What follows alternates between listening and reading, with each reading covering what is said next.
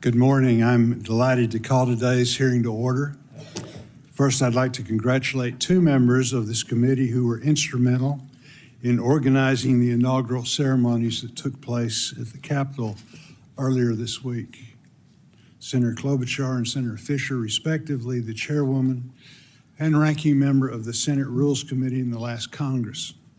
For more than a year, the Joint Congressional Committee on Inaugural Ceremonies, led by Senator Klobuchar, put tremendous effort into planning, organizing a traditional ceremony on the west front of the Capitol. As you know, those plans had to be set aside at the very last minute because of the bitter cold for the more intimate gathering inside the rotunda that we witnessed on Monday. Thanks to her efforts and without missing a beat, our nation's tradition of peacefully transferring power continued, and the president was sworn in on the 20th of January as required by the Constitution. Many thanks to Senator Klobuchar, Senator Fisher, and the staff for successfully organizing and hosting one of our nation's most important civic traditions. I would also like to congratulate Senator Klobuchar on becoming the ranking member of our committee. I've worked closely with her over the years and look forward to continuing our partnership. I visited Minnesota with Senator Klobuchar in the spring of 2023 and met with farmers with the Gopher State in similarly cold weather that we're experiencing today, only it was in May.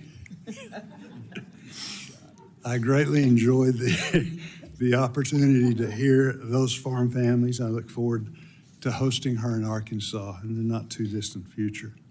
I would like to welcome the committee's members. For those returning, thank you for your continuing service. For our four new members, Senator Slotkin, Schiff, Moran, and Justice, thank you for choosing to serve on the committee. I look forward to working with you and learning more about what is important to you and your states. Our committee, established in 1825, is one of the oldest in the Senate. Our hearing room, which we will use in the future, is unique in that we don't have a dais, but a table. We sit across from each other, not away from each other, symbolic and practical. I look forward to convening many meetings in Russell 328 in the coming years for us to work together and address the concerns of our farmers and ranchers and rural communities and those needing assistance. As the chairman, my door is open to every member of this committee. The fundamental purpose of our committee is to solve problems and help our citizens. I welcome you to share your ideas, concerns, and your solutions. Agriculture is not partisan. We all care about our nation's farmers and ranchers. The state of rural America concerns us all. We all believe that no American should be hungry. I intend for this committee to be highly productive in the 119th Congress. Working together this year, we will pass a farm bill that will meet the needs of our farmers for today and for the future. This morning, we can meet to consider the nomination of Brooke Rollins of Texas to be the Secretary of Agriculture. Ms. Rollins, congratulations to you on your nomination. You have been nominated at a very challenging time for America's farmers. The cost for fuel, seed, and fertilizer remain high. Interest rates are also very high and continue to be high. Farm gate prices are low. Farmers everywhere are losing money on every acre they cultivate, while farmers in certain parts of the country are losing hundreds of dollars per acre. Thankfully, Congress responded at the end of last year and provided a bridge to help ensure producers could plant again this year. Delivering this economic assistance to our farmers will be one of the major tasks you will be faced as Secretary. But as I mentioned, this was only a bridge. It was necessary because the safety net our producers have counted on in the past no longer works. I look forward to working with my colleagues in this room, across the Senate, and with you to help create a farm bill that meets the realities of modern-day agriculture. Beyond the economic strains our farmers and ranchers feel, I believe our producers want an improved relationship with USDA. They want to know USDA has their back and is helping them with the tools and support needed to successfully and profitably farm and ranch rather than coercing them into production practices that don't work for their operations. They want new markets and new opportunities to sell what they produce. They want conservation programs to help with the issues they are facing on their farms. They want rural communities to have the infrastructure and the resources for a high quality of life. USDA, with the right leadership, can do all of these things. Beyond agriculture production, USDA is a land manager, research institution, food regulator, protector of animal health, and rural lender. There is very little USDA doesn't touch or have an impact on. All of these resources and abilities can be used to improve the quality of life, not only in rural America, but all of America. As I've met and talked with Ms. Rollins, it is clear the needs of American farmers, ranchers, and rural communities will be her focus. It's also clear that she has the relationships across the new administration and an understanding of the processes in which decisions are made in the executive branch to best position our producers for success. I look forward to seeing her bring her considerable skills and her abilities to bear at USDA for the benefit of our farmers, ranchers, and rural communities. I now recognize Ranking Member Klobuchar for her opening statement. Thank you very much, Mr. Chairman, and we welcome you, Ms. Rollins. Thank you, your entire family that seems to take up like 10 rows, as well as the FFA, your FFA officers. It's kind of an incredible group there, and your ag teacher. I want to thank Chairman Bozeman for holding this important nomination hearing. Thank you to our colleagues from Texas who are here. Senator Bozeman and I have been friends and colleagues for years, and as you noted, you came to visit my state. We didn't consider that cold that day in May. We considered it a beach day with a touch of snow. And I want to thank you for visiting with our farmers and our ranchers and our conservation and nutrition leaders in our state. I also look forward to working with you to be a voice for rural America. All of our colleagues on this committee are incredible voices for rural America. I'm really excited. I've told our Democratic leaders on this committee how excited I am about the people that are on this committee, and I believe we're going to work really well together. I want to mention our friend and colleague, Senator Stabenow, for her 14 years of leadership of this committee. She's now retired from this committee, but whether it was passing farm bills, standing up for our conservation programs, or making sure there was food on the table, she was always at the forefront of the fight. I'd like to thank all of our returning members, as well as the new senators on the committee that Senator Bozeman mentioned, Senator Schiff and Senator Slotkin. They've been already really strong participants in all of these discussions we've been having, and Senator Moran, as well as Senator Justice. Thank you. We're looking forward to continuing the strong tradition of bipartisanship. Ms. Rollins, again, thank you for being here. I enjoyed our previous discussions, and I look forward to the hearing today and hearing from you about your plans for the future. I know you and your family. I just talked to your mom about it. Have had a farm in Minnesota for years, and I hope you will be visiting our state again soon. As you know, the Secretary of Agriculture is a voice for rural America within the President's cabinet.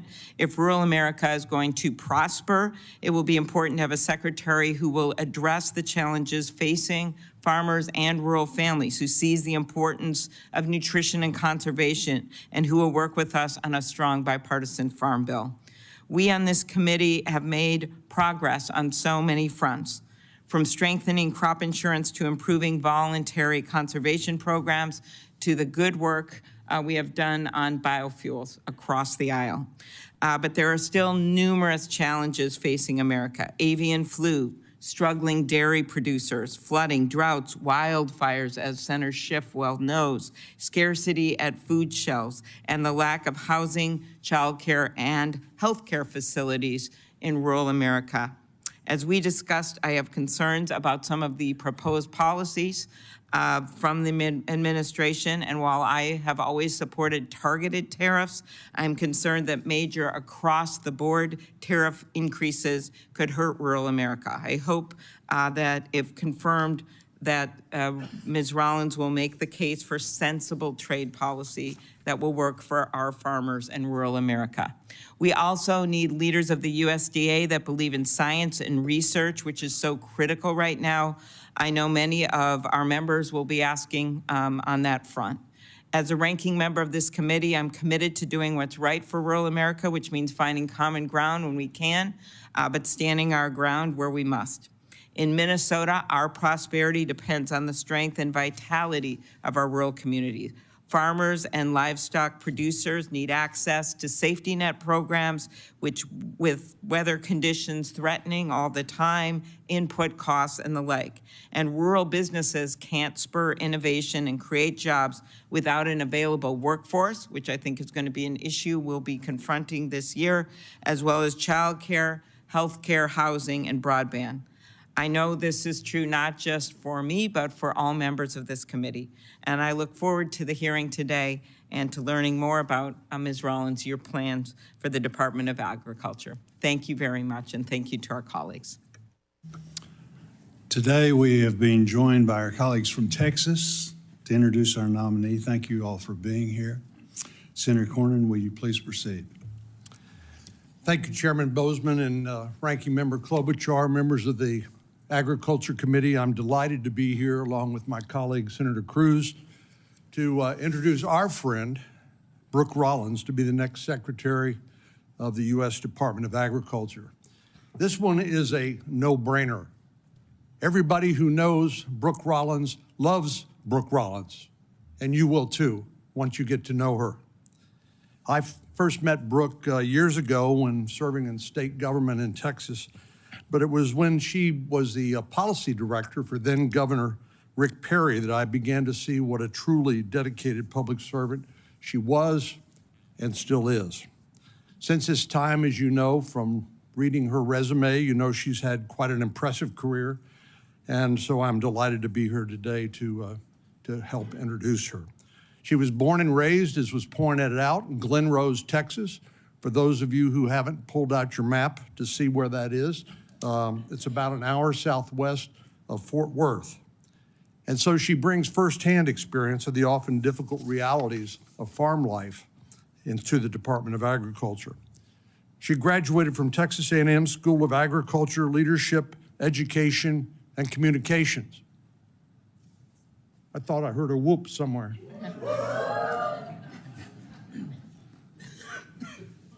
Texas is home to nearly 230,000 farms and ranches, more than any other state in the country.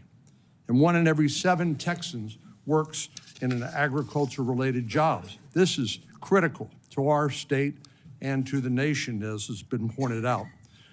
Brooke's agricultural roots will serve her well as Secretary of Agriculture to give farmers and producers from the Lone Star State and across the country a clarion voice when it comes to President Trump's cabinet. But Ms. Rollins' credentials go way beyond the day-to-day intricacies of farming. She's also a University of Texas Law School graduate and a policy wonk. She will confess to that during this hearing today. And that's demonstrated by her years of service as general counsel to Governor Perry and her 15 years leading one of Texas's premier policy institutes, the Texas Public Policy Foundation. And it was during President Trump's first administration, she served as director of the Domestic Policy Council. Many of us worked with her closely there, where she assisted Jared Kushner in that job. And you know that position is responsible for coordinating the domestic policy making of the White House and ensuring that decisions and programs are consistent with the president's goals and overseeing the implementation of the president's domestic policy agenda. Since her time in the first Trump administration, Brooke has served as president and CEO of America First Public Policy Institute, where she helped craft the agenda for President Trump's second term. I've worked with Brooke in a number of roles and seen her as she's helped advance bipartisan legislation, both in Austin and here in the nation's capital. And I know she will bring that experience and that temperament to her job at USDA. It's a good thing because she has her job cut out for her. First, Congress has failed to pass the 5-year farm bill, and I know that's priority number one for this committee. So she'll have an opportunity to work with each of you to shape this critical legislation that farmers and ranchers across the country depend on. And as has been alluded, I think, by Senator Klobuchar, the disasters that we've experienced throughout the country have hit farm country particularly hard. And I know she will work hard with you and all of us to make sure we provide an essential lifeline to our farmers and ranchers. As Coach Tuberville knows, the Texas A&M football team, of which Brooke is a devoted fan, says their student body is the 12th man who propels them to victory. I know Brooke is honored to step up now and become the 12th woman for the farmers and ranchers of America. I'm looking forward to working with her and with all of you to pass a farm bill and put farmers back where they deserve to be, and that is first and foremost in our policy deliberations. And I have no doubt that Brooke is exactly the person for the job to implement President Trump's agenda at USDA. So it's my honor to be here with all of you and her family and multitude of friends. Even her high school ag teacher is here. Everybody who knows Brooke loves Brooke, and I know you will too as you get to know her. So thank you for allowing me to be here and say a few words by way of introduction. Thank you, Senator Cornyn. Senator Cruz. Thank you, Chairman Boatsman. Thank you, Ranking Member Klobuchar, members of the committee. Let me start by saying what Senator Cornyn said a minute ago is absolutely right. This is a no-brainer. Brooke Rollins as a nominee to be Secretary of Agriculture is an extraordinary choice. And I have absolute confidence that every member of this committee is going to be very, very happy working with her in that role in the next 4 years. I've been friends with Brooke for over 2 decades, from when she was policy director for then Governor Rick Perry to when she led the Texas Public Policy Foundation, which became the preeminent free market state foundation in the country, to when she came to Washington to join President Trump to lead the Domestic Policy Council, to her more recent years leading the America First Policy Institute. At every stage, she's proven herself to be a leader. She's proven herself to be an innovative policy thinker. And she's proven herself able to bring people together to accomplish major objectives. All of those skills will serve her and the farmers and ranchers of America exceptionally well. To know Brooke is to know she's an Aggie. And all Aggies are members of a cult, which I say from a place of deep love. But I am convinced if you were to cut Brooke's hand right here, it would not bleed red, but it would bleed maroon onto this table. She brings that ferocity to everything she does. She brings creativity, she brings joy. Brooke is always smiling. And she's smiling because she has a vision of where to take us. She grew up in a small agricultural community, Glen Rose, Texas. Her summers were spent at her family's Minnesota farm, helping with the corn, potato, and soybean crops. And I have to say, Brooke, the level of foresight to kiss up to the ranking member as a young child is impressive. Her experiences in barrel racing, and by the way, for everyone who knows barrel racers, yes, they're crazy, and raising livestock for 4-H and Future Farmers of America installed in her a profound appreciation for the challenges and rewards of life in agriculture. Farmers and ranchers in America right now are facing extraordinary challenges. challenges that are putting their livelihood at risk, putting their families at risk, putting the ability to provide food and fiber and clothing for the American people at genuine risk. The farmers and ranchers of this nation, the farmers and ranchers in the great state of Texas, are looking to this committee for leadership. And they're looking to the next Secretary of Agriculture for leadership. In Texas and South Texas, we face historic droughts, and yet our neighbor, the nation of Mexico, is in brazen violation of the 1944 water treaty that obligates it to provide water each year to the people of South Texas. I have no doubt that soon-to-be Secretary Rollins will be a ferocious advocate for those South Texas farmers, just as she is a ferocious advocate for farmers and ranchers in every one of your states and all across the country. She's going to be an extraordinary and even an historic Secretary of Agriculture. And I'm proud to join John Cornyn in supporting my friend Brooke Rollins, and I encourage you to do the same. Thank you, Senator Cruz. Again, thank you, Senator Cornyn, for being here. I'd now like to recognize our nominee, Senator Brooke Rollins, to introduce some of her guests before I administer the oath, and she gives her opening statement.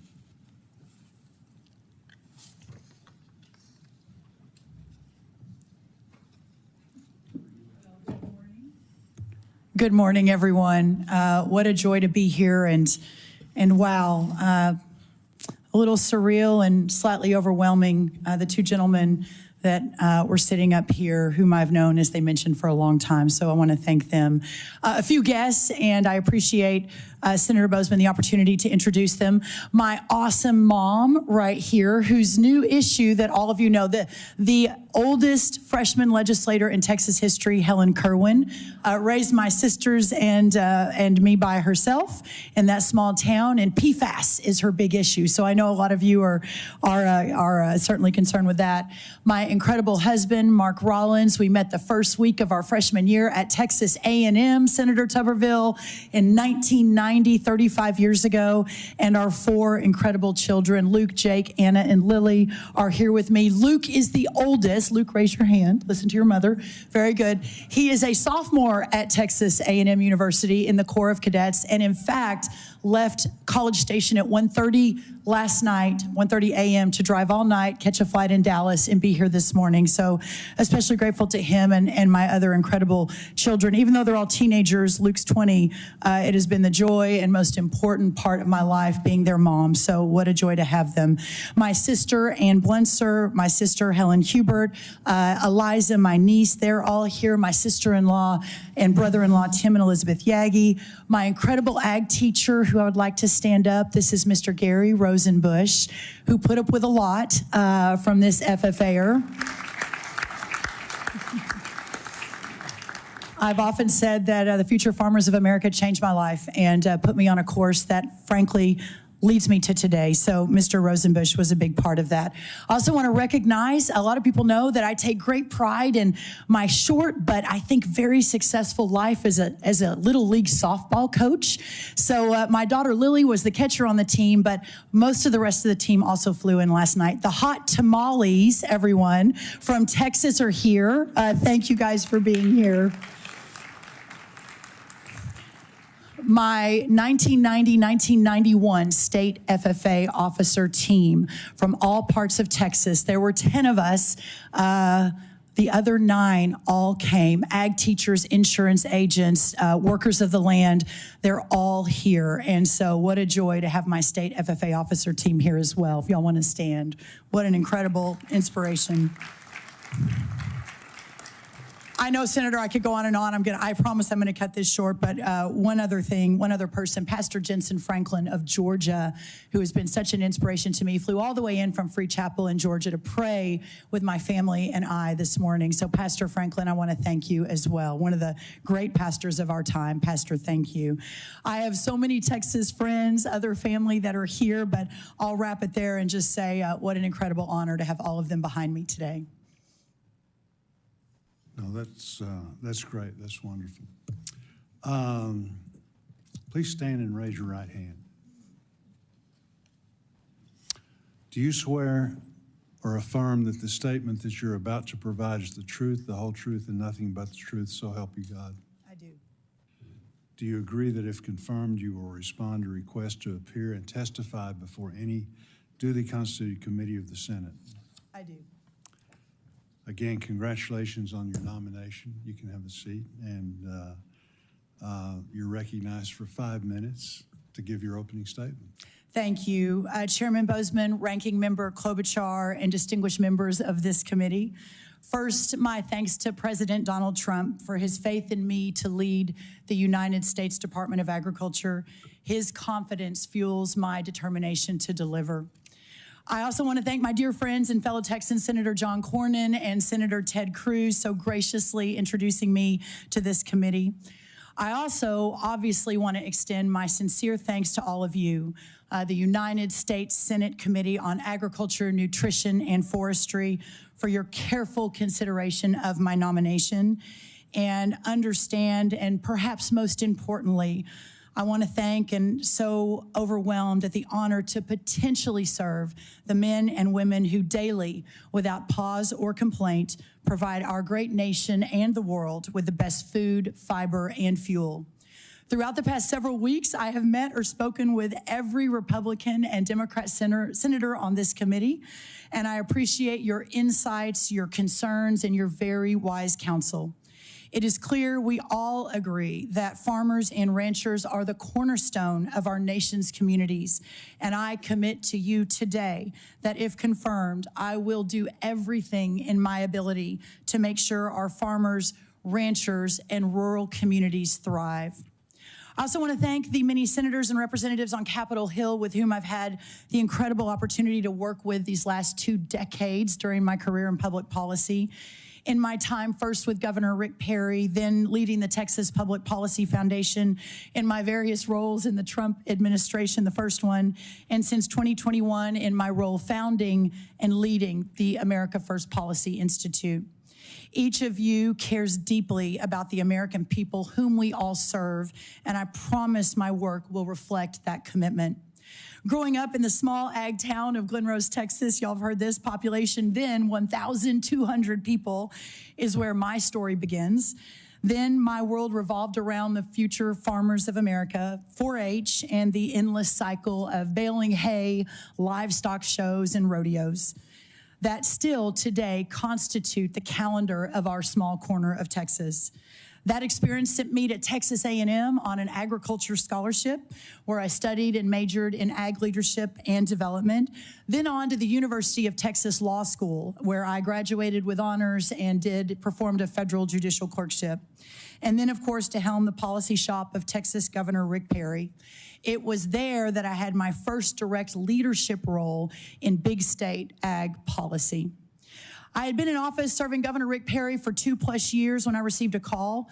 A small think tank of 2 or 3 staffers in San Antonio asked if I would be interested in being their new leader. And I answered that call as well, thinking as that my husband and I built our family, that would be helpful and a good potential opportunity to be a great mom, but also continue the fight for Texas. At TPPF, over the next 15 years, we fundamentally redefined the mission of a think tank from just having ideas or writing about them in white papers to actually effectually changing policy for the people of our state.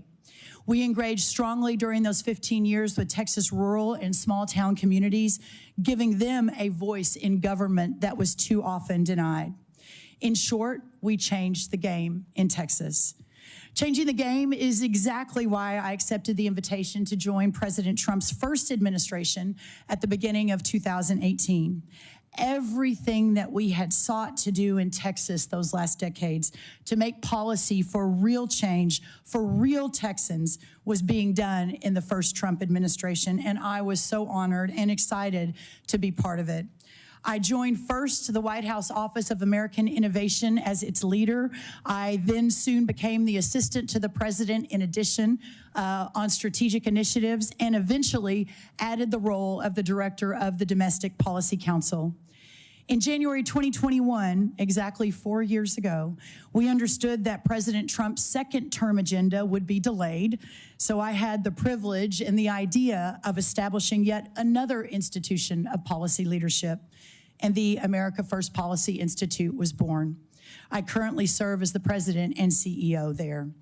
Thanks to President Trump and to all of you, I hope to have the opportunity to bring that level of passion and commitment to the USDA. I need not tell you, of all people, that this is surpassingly important, because agriculture is surpassingly important to us as a nation. All Americans are important, but the farmer, the worker of the land who feeds all the others, is amongst the most notable. Thomas Jefferson wrote that agriculture is our wisest pursuit because it will, excuse me, I don't want to get Thomas Jefferson's quote wrong. Can't misquote Thomas Jefferson, because it will, in the end, contribute most to real wealth, good morals, and happiness. And his wisdom holds true today. I fully recognize that if I am confirmed, I am stepping into the role during one of the most economically challenging times in American agriculture history. With that in mind, I want to share with you as I close my top priorities for day one, and then perhaps a longer-term priority. First, we must ensure that the disaster and economic assistance authorized by Congress is deployed as quickly and as efficiently as possible. Second, we must work with the great men and women of USDA, the stakeholder communities, and state leaders, my deep background in state policy, to immediately and comprehensively get a handle on the state of animal disease outbreaks. Third, we must immediately begin to modernize, realign, rethink the United States Department of Agriculture, responding to the clear needs and the desires of the American people as set forth so well by the President of the United States over this last historic week. And finally, and longer term, we understand that serving all American agriculture and all the American people means ensuring that our rural communities are equipped and supported to prosper, not just today, but tomorrow and the day after that and the many tomorrows to come. This includes exploring improvements to our rural development programs, demanding strong and steady domestic and export markets for our beautiful agriculture bounty, eliminating burdensome and costly regulations that hamper innovation, ensuring our nutrition programs are effective and efficient, and putting in the work to make sure we have a healthy and prepared next generation of farmers, ranchers, entrepreneurs, innovators, and indeed all Americans. This is what we need for the next century of American greatness. These are just four of my top priorities. Beyond these, I am dedicated and committed to providing all of you with the timely technical assistance that we will need to ensure that we have a farm bill that moves forward. My aim, after all, is the same as yours, the same that brought you to the Senate, the same that brought Donald J. Trump to the presidency again, and that is to serve the people in this great country. Thank you, Senator, and thank you, Ranking Member Klobuchar. Thank you, and for your opening statement. As is customary, my colleagues and I would like to ask you some questions. Each senator will have 7 minutes to ask questions during this first round. If we need an additional round, that will be 5 minutes. Before I ask my questions, I'd like to add a number of letters in support of Ms. Rollins' nomination into the record. In particular, I would like to highlight one letter signed by the Farm Bureau, the Farmers Union, the National Council of Farmers Cooperatives, and more than 400 other agricultural organizations supporting Ms. Rollins' nomination. Without objection, so ordered. In your written statement, again, you alluded to, and the testimony that you just provided, you talked about your focus, some of the things you want to. Can you expand on that a little bit more? The first 100 days, what can we expect? I think the first 100 days, sir, if I am so fortunate to be confirmed, will be a fast and furious effort to ensure that we move that economic aid out. In fact, when I got the call from the president about this particular position, it was the honor of a lifetime to accept that call and to accept the nomination. But then about 5 minutes later, I started thinking about, okay, what do I do to make this successful? And perhaps the best, most effective, efficient United States Department of Agriculture in history since President Lincoln first launched this department. The aid to the farmers, top priority. Animal disease, top priority. Ensuring that we begin to move toward President Trump's vision.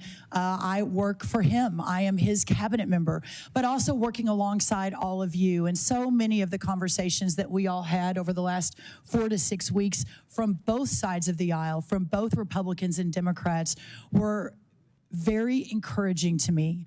I believe that there is an opportunity, while there will be moments of disagreement, I have no doubt, that there will also be many, many moments of agreement. So, Chairman Bozeman, my thought is that we get in there, and anyone that knows me and that has worked with me over the course of all these years know that excellence is not only the goal, but the expectation, that we move with rapid speed to ensure it gets done, that we work 24 hours a day, 7 days a week for our constituents, which is American agriculture, and that at the end of the day, this country and that community is thriving in a way perhaps they never have before because of the work and the foresight and the goals and the vision that I think is so important. Good. I appreciate you on several occasions bringing up the disaster assistance.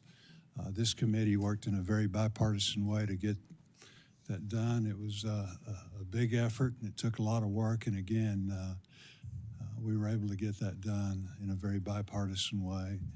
But that's what we've heard about, from our farmers now is thank you for doing it, but we desperately need it so that we can talk to our bankers and try and figure things out from this last year where most farmers lost a lot of money, their path forward.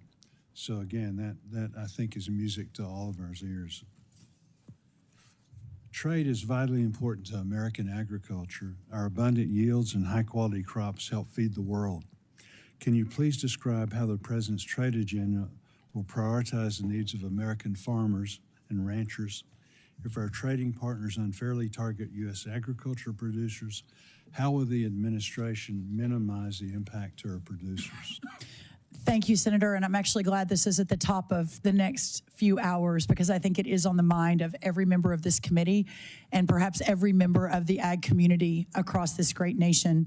The first thing I think that's important to note is in the last few years, we have almost a $45 billion trade deficit for our ag products. So a key priority will be expanding access to these markets across the country. We've already been sort of vision boarding, not to get ahead of the process, but I want to make sure I'm able to hit the ground running, how it is we begin to immediately effectuate bringing down that $45 billion trade deficit, and it's just up 42% in the last year. There is a deep recognition that corn prices are down 35% just in the last year as well, past 2 years, I'm sorry, and that in fact our farmers are hurting. Regarding the President's tariff agenda, I think it probably comes as no surprise to anyone sitting in this room that he believes it is a very important tool in his toolkit to continue or bring America back to the forefront of the world and to ensure that we have a thriving economy. But just as he did and we did in the first administration, he also understands the potential devastating impact to our farmers and our ranchers. And during that time, I have spoken with Secretary Perdue a few times on how that was managed into that team, so I fully understand, and that we are prepared to execute something similar if approved, if confirmed, but also working with the White House to ensure that we can close those holes for our farmers and ranchers moving forward under any sort of tariff execution in the next coming days, in the next few years, and that will be a top priority of mine. Very good. Hunger is an issue that we continue to face. My home state of Arkansas has the highest rate of food insecurity in the nation. At USDA, you will be responsible for leading 16 nutrition programs that assist 1 in 4 Americans. These programs make up the vast majority of the spending at the department. In spite of these programs, which have grown substantially over the last 20 years, the national food insecurity rate has hovered around 12% since 2001, even during times of economic prosperity. The goal of these programs is to provide temporary assistance to those in need, but the focus on moving families to a place of economic independence has been lost. Will you commit to reviewing these programs to ensure they help incentivize Americans to secure steady employment while still being able to trust that their federal supplemental assistance can be relied on in times of need? Senator, I so appreciate your concern and focus on this incredibly important program. I think sometimes people on our side of the aisle are framed as those that don't care as much about the kids or those who are hurting or those from disadvantaged communities. I know I have spent my career working to ensure that every corner of America, that everyone has a shot at the American dream, first with Rick Perry, then with my think tank, then with President Trump, then with the AFPI, the America First Policy Group. And so I, too, have a real heart for this work, and I've talked to many of you about that in your offices. That's perhaps driven by being raised in a small town by a single mom, and we didn't have much. Now, we never participated in the nutrition program, but I am fully aware and have a heart for this work and for this community that is easy to make the commitment to ensure that we are doing everything we can, that this supplemental program continues on a course of being effective and efficient. Having said that, it's also imperative to us that every taxpayer dollar that is spent in support of these programs, we fully understand that it is reaching its intended recipient, that that recipient is able to use it effectively and efficiently for true nutrition reasons, that we have a real health issue in this country. You all know this. I think 4 out of 5 children are facing obesity or close to it. The level of diabetes and chronic diseases continue to rise.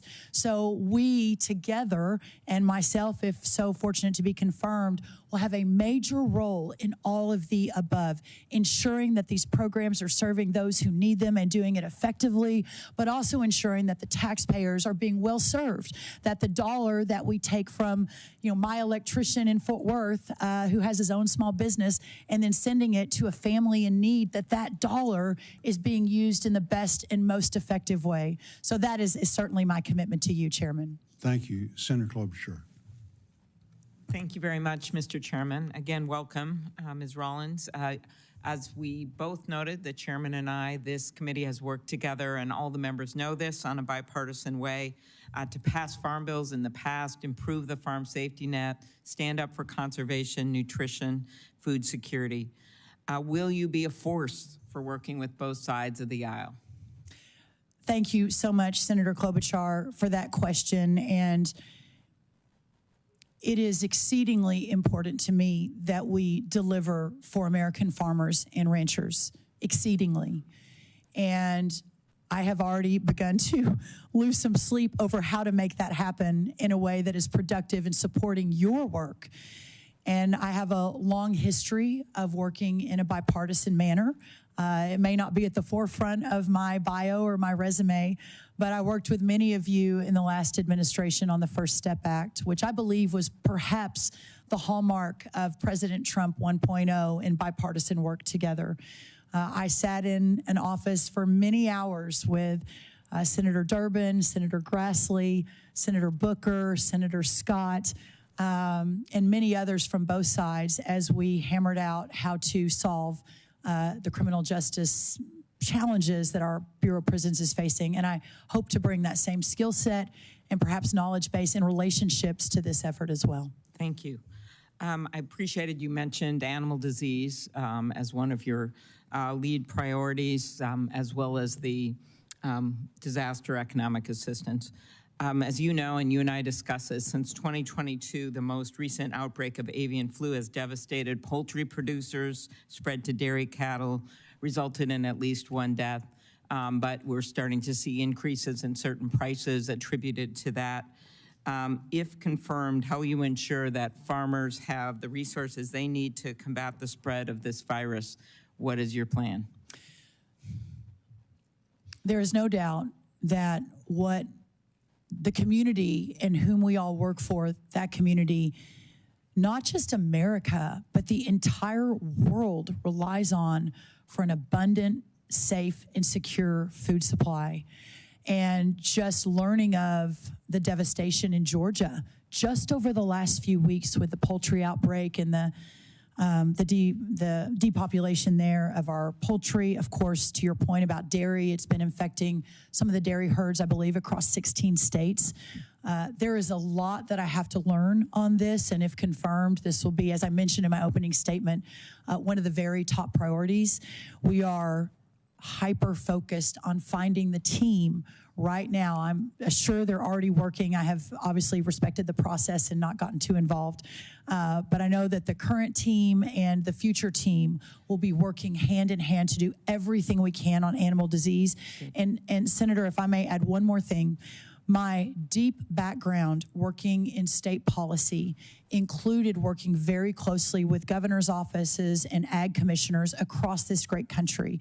In fact, in the last White House, I sort of took it upon myself, which is where I met a few of our governors who are now here, to work closely and in concert and aligned with both Republican and Democrat leaders from the states. I really appreciate that. We have 7 minutes, so I'm going to go a little quicker here. Yes, ma'am. I will note that just yesterday, the administration announced they will halt external public health communications from the CDC on these avian flu animal diseases. And these important announcements have helped keep producers up to date with the latest information on disease spread, health of workers. And while I know that wasn't under the USDA, I just urge you to talk to them about that. We're concerned. Biofuels, and I appreciated our discussion on that. While you served as the CEO of the Texas Public Policy Foundation, your organization was often critical on biofuels, including ethanol. And as you know, we have worked really hard to make this so we don't just have one fuel, that we have options here, including with Senator Ernst and Senator Fisher and Senator Grassley, Senator Thune, many others. What role do you believe biofuels play in our domestic energy production? How will you continue to promote the production of these fuels as Secretary? Thank you, and I appreciate you bringing that up. It's my understanding that those reports were written over a decade ago. I haven't seen anything more recent. Texas Public Policy Foundation puts out almost 900 to 1,000 pieces of content a year. I did not author that specific piece, but to be clear, there's no doubt, coming from Texas, I was a massive defender of fossil fuels and the importance of fossil fuels in the energy independence and energy dominance narrative. Clearly, I've spoken with so many of you on both sides of the aisle on this issue. I will be a secretary for all agriculture. It is really important to me that we continue to defend and elevate and honor all sources of fuel. My former boss and current boss in his current energy dominance plan included biofuels as an important piece of his agenda. So I really look forward to continuing that. And I know your family, based on the forms, I appreciate you getting us those forms, that your family has significant financial interest in the oil industry.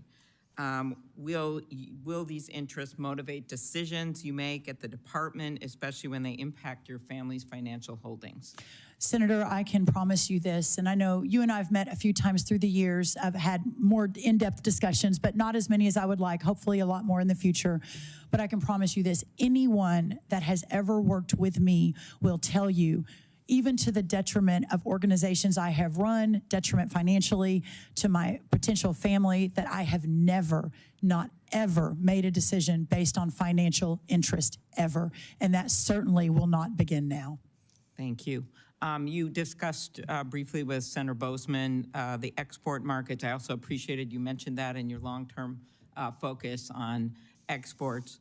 And as you know, during the first Trump administration, we heard resounding calls from farmers that they want trade, not aid. Those are exact words I'm remembering. They want to grow their market and not just get government payment.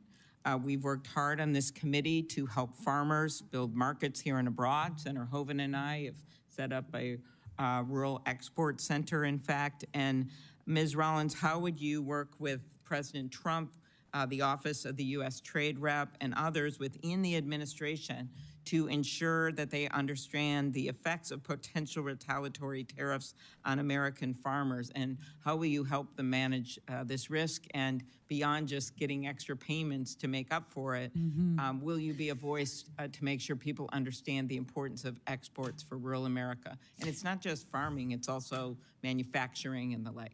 No, that's correct. The I believe, extraordinary value that I potentially bring to this table as having served in the last White House for 3 years, right alongside President Trump. I believe I may be the most well-versed in how the interagency process works of all the cabinet, of how the interagency process works, of how the discussions are handled, of what the Oval Office meetings look like, and how to ensure that at every corner that my team, that our community, that what we all represent together is at the table fighting for what we believe is necessary for these communities. Okay, thank you. And I have some important questions for the second round here on conservation and nutrition, and I know my colleagues will be asking them as well. Thank you. Thank you. Senator McConnell. Thank you, Mr. Chairman. Congratulations on your nomination. I appreciate you coming by the office. I had a chance to tell you then that Kentucky agriculture is a little different. We have 75,000 farms, but most of them are small. We're also the #1 beef cattle state east of the Mississippi. People don't generally associate Kentucky with that.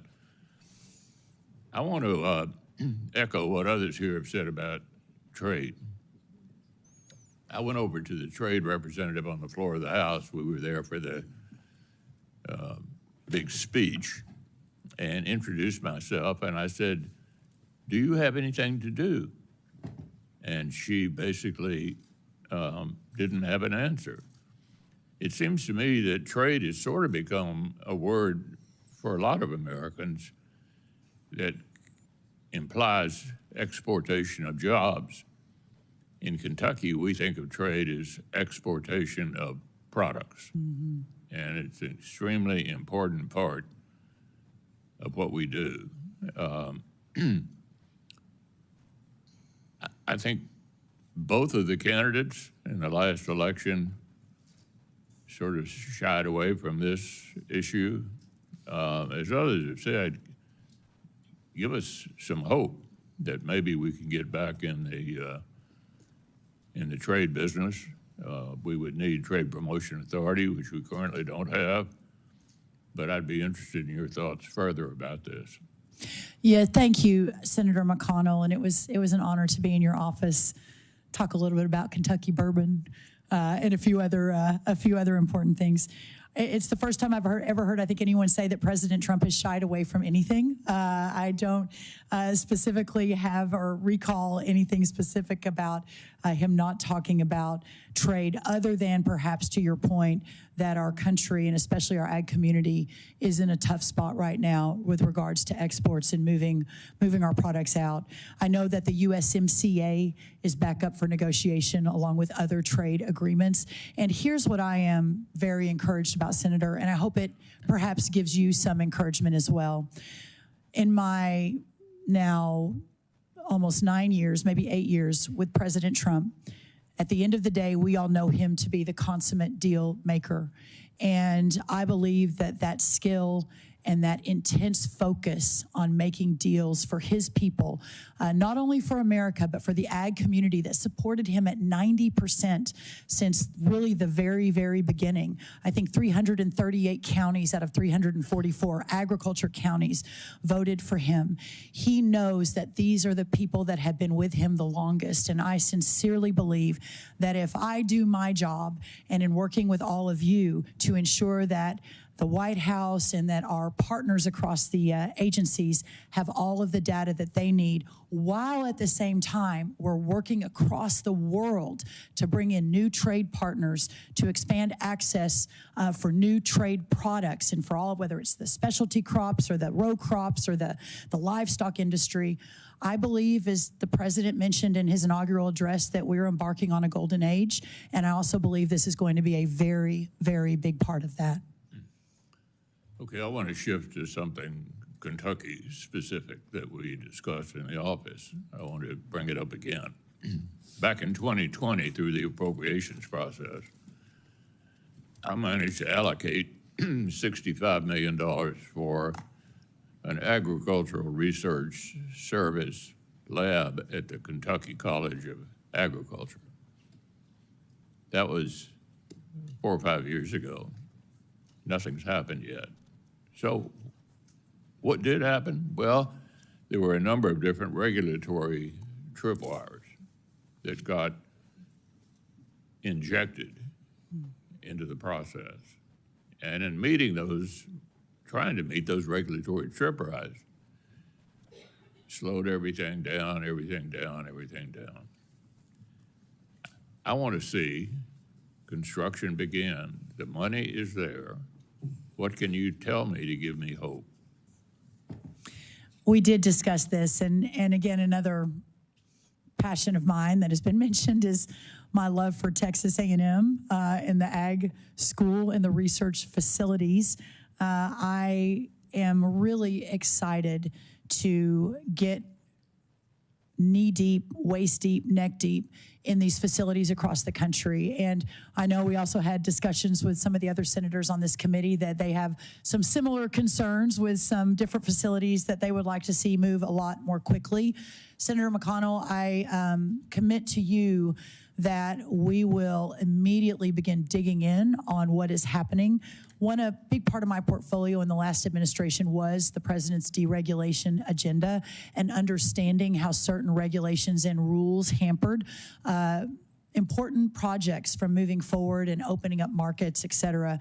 So I actually believe that with the right team in place and with your quick confirmation of some of those undersecretaries, that we'll be able to dig in, figure out what's happening, work with you and others from Kentucky to figure out what's going on and figure out how to move this forward. Finally, I would just say the previous administration was big on regulations across the board. I think they all ought to be looked at in terms of the impact on the economy, and I think that's what the new administration intends to do. Thank you. Thank you, Senator. I agree with that and look forward to working with you and others on that. Senator Bennett. Thank you, Mr. Chairman, and I want to thank you and the ranking member for your opening statements, both of you. Together, I think, capture the spirit of what this committee is supposed to be about in a Congress where we have not worked well together, and I just want to say how much I appreciate your leadership today, so the two of you. And thanks also for mentioning Chairman Stabenow, who did a great job here for a long period of time. Mrs. Rollins, congratulations to you. You mentioned in your answer just now to Senator McConnell, this was actually not a question that I was going to ask, but since you mentioned him, you said we all recognize agriculture is in a tough place when it comes to exports. We do all recognize that. Could you elaborate more on that? We'd love to hear your perspective on the hole that many of us feel that we're in right now as we get ready to think about what the trade policies are going to be of this administration and of the country. Thank you, Senator Bennett, of course, and loved our conversation about your beautiful Colorado. Thank you. Come back anytime, or come anytime. I would welcome that. We do spend some time there in the summers, as good Texans do, getting out of the heat, but I'll look forward to seeing you next time. In the last handful of years, we've gone from not having a trade deficit in our agricultural communities to having a $45 billion trade deficit. Of course, that has led to many challenges, including food inflation. And I know when I've heard President Trump talk about his priorities, the first is the border, which I'm guessing we'll get into at some point. But second was food inflation. And so there are many tools in our toolkit, both through USDA and expanding markets, which are all intertwined, to begin immediately to work to bring that deficit down and hopefully soon get it to zero. My commitment is to— I would say, Yes, sir. that deficit we know is being caused by a strong dollar. It's being caused by competition from Brazil. It's being caused by limitations on our beef supply. It's being caused by prices that are going up. I mean, these are. I don't think these particularly are failures in trade policy. It's making it harder for us to export, which is what Senator McConnell's concern was, which I share. And I think that all of us understand, and actually, I will say there are many ways in which I'm sympathetic to some of the trade policies that President Trump is trying to advocate for, but agriculture is already in a tough spot for those reasons, I think, largely, and we don't want it to be in a tougher spot as a result of what happens here. And I think, you know, when you were in my office, you talked a little bit, and this is going to be the easiest question that you get, but I hope you only take 15 seconds to answer so I can go on to the next stuff. Yes, sir. Which is, you know, what is your responsibility as the Secretary of Agriculture to go into the Oval Office and say you haven't thought through the unintended consequences that are going to flow to American agriculture if you pursue these trade policies? Senator, in 15 seconds, my role is to defend, to honor, to elevate our entire agriculture community in the Oval Office, around the table, through the interagency process, and to ensure that every decision that is made in the coming 4 years has that front of mind as those decisions are being made. Okay, and I agree also with what Senator Klobuchar said, is that what we've heard from our farmers and ranchers over and over again is they want to be able to do the work. They want to be able to export. They don't want to solve this problem by getting, you know, aid to make up for what they should have been able to send to Asia and other kinds of places. The only growth that my farmers and ranchers can see in the foreseeable future, which is to say their lifetimes, is by growing our exports of agriculture. So I appreciate your understanding that, and we're counting on you, if you're in this job, to be that advocate.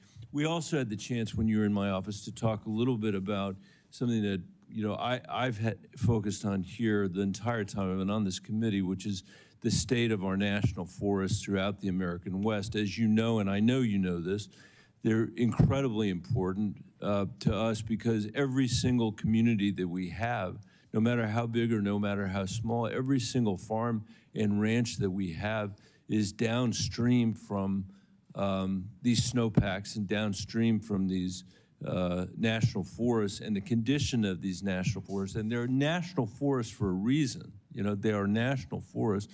The condition is just untenable and dangerous. You know, I've told Chuck Schumer, he doesn't necessarily agree with me, but I've told him over and over again that these forests are more important infrastructure from our perspective than the Lincoln Tunnel is to New York. If the Lincoln Tunnel is closed, there are other things you can do. He may not agree with that.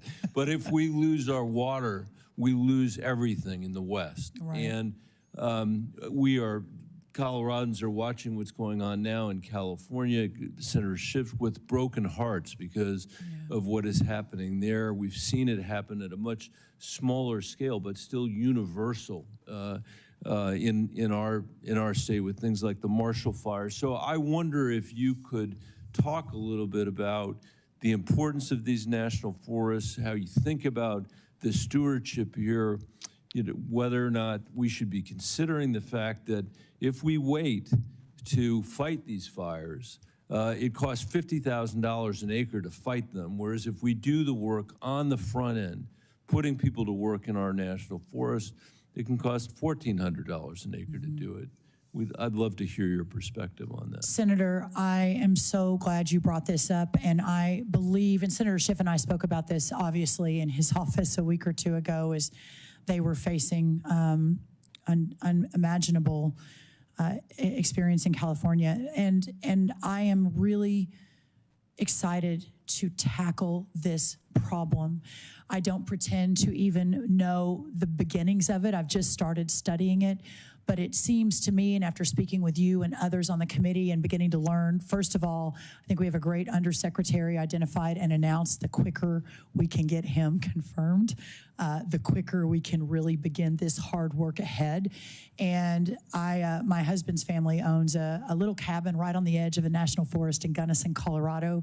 So I too have spent about the last 25 years enjoying the national forests and the extraordinary beauty that they bring to our people. But the water is a massive issue, and you and I talked about that. 40 million people depend on the water that is under your land in Colorado. And I do believe, and maybe people call me a pathological optimist, but maybe the pathological optimist in me sincerely believes that we can fix this. and we can fix it fairly quickly with the right team in place and working with all of you who have watched it, been frustrated by it, and want an answer.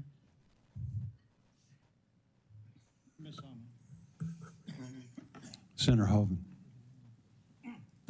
Thank you, Mr. Chairman. And I want to thank or express to both you and to the ranking member that I think we're fortunate to have both of you in the role as chairman and ranking member. We've worked on many things in the past together, and I very much look forward to working with you in the future. And again, feel this committee is fortunate to have both of you in these roles. Welcome. Thank you. Ms. Rollins, good to see you again. Thanks for coming to visit at the office. You have an awesome family. The best, the best. Yeah, so thanks, of course, for your husband being here and your kids. And of course, no one will ever love you the way your mom does. That's so pretty true. awesome having mom. She's missing an important vote in Texas today to be here to sit behind me. So really grateful, really grateful. No, it's great. And you have a fantastic family. And we mentioned all this talk about A&M. Did I tell you when we talked that my wife went to UT? I don't know if I did or not. We did, and I had my sincerest condolences. Yeah, but, yeah. yeah. So that's kind of fun.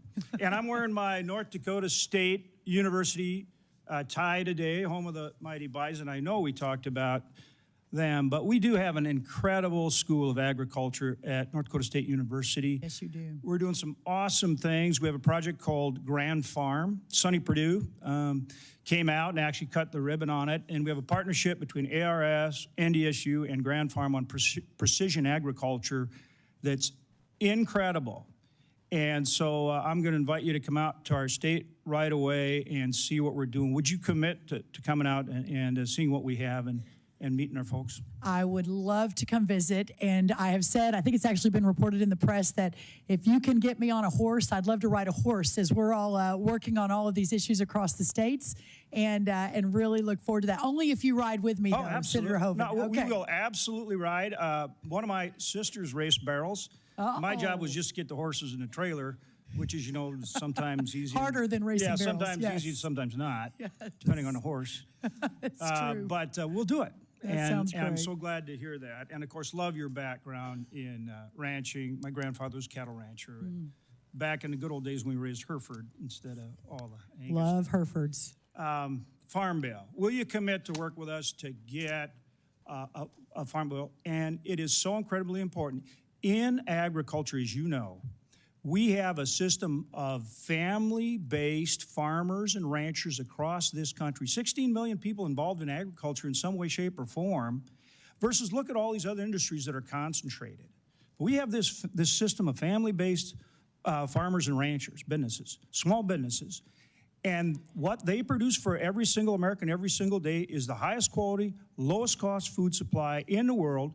Americans have better choice, better quality, and spend less of their budget on food than almost any other developed country. That's what we have because we have good farm policy. And that means affordable crop insurance, and that means a counter-cyclical safety net that works, keeping the farm in the farm bill. Will you commit to help us get that? We're past due. We need to get it done. Will you commit to help us get it done and get it done in the way I described? Yes, sir. And again, maybe the pathological optimist in me, but I've talked to from both sides of the aisle, the complexity, the challenges in the last year or so of reauthorizing it. And I hope that I can be a force multiplier. And I hope what I bring to the table is the opportunity to work alongside both sides to get us where we need to be for our farmers and ranchers, and some security, some understanding that the net is there, and that the loans are there, and that the insurance is there, and that they can continue to be the best producers in the world for the world food supply. So I really look forward to that, obviously providing you the technical assistance that you need to be able to do your job, but also, if asked or if called, to help in any other way I can to get this done. I think your relationship with President Trump's going to be incredibly important in that effort. We already saw it as we worked on the disaster piece that we included with the extension of the Farm Bill. Will you commit to work closely not only with this committee, but with our Ag Approps Committee as we administer, that emergency assistance. 100% yes. And whether that's at 2 in the morning, 4 in the morning, midnight, I am always available and will work harder than anyone to ensure that you all have everything you need across the Capitol. The President's help there was important, and I want that acknowledged on the record. And also tariffs. We went through this early, in President Trump's first term. Worked with Sonny Perdue when China targeted our farmers and ranchers. We want markets. Talk for a minute about, we look at tariffs as a way to get markets for our farmers and ranchers so that they can compete on a level playing field. We did have to do the MFP. We worked with Sonny to do that last time. Give me your thoughts on how we're going to approach this.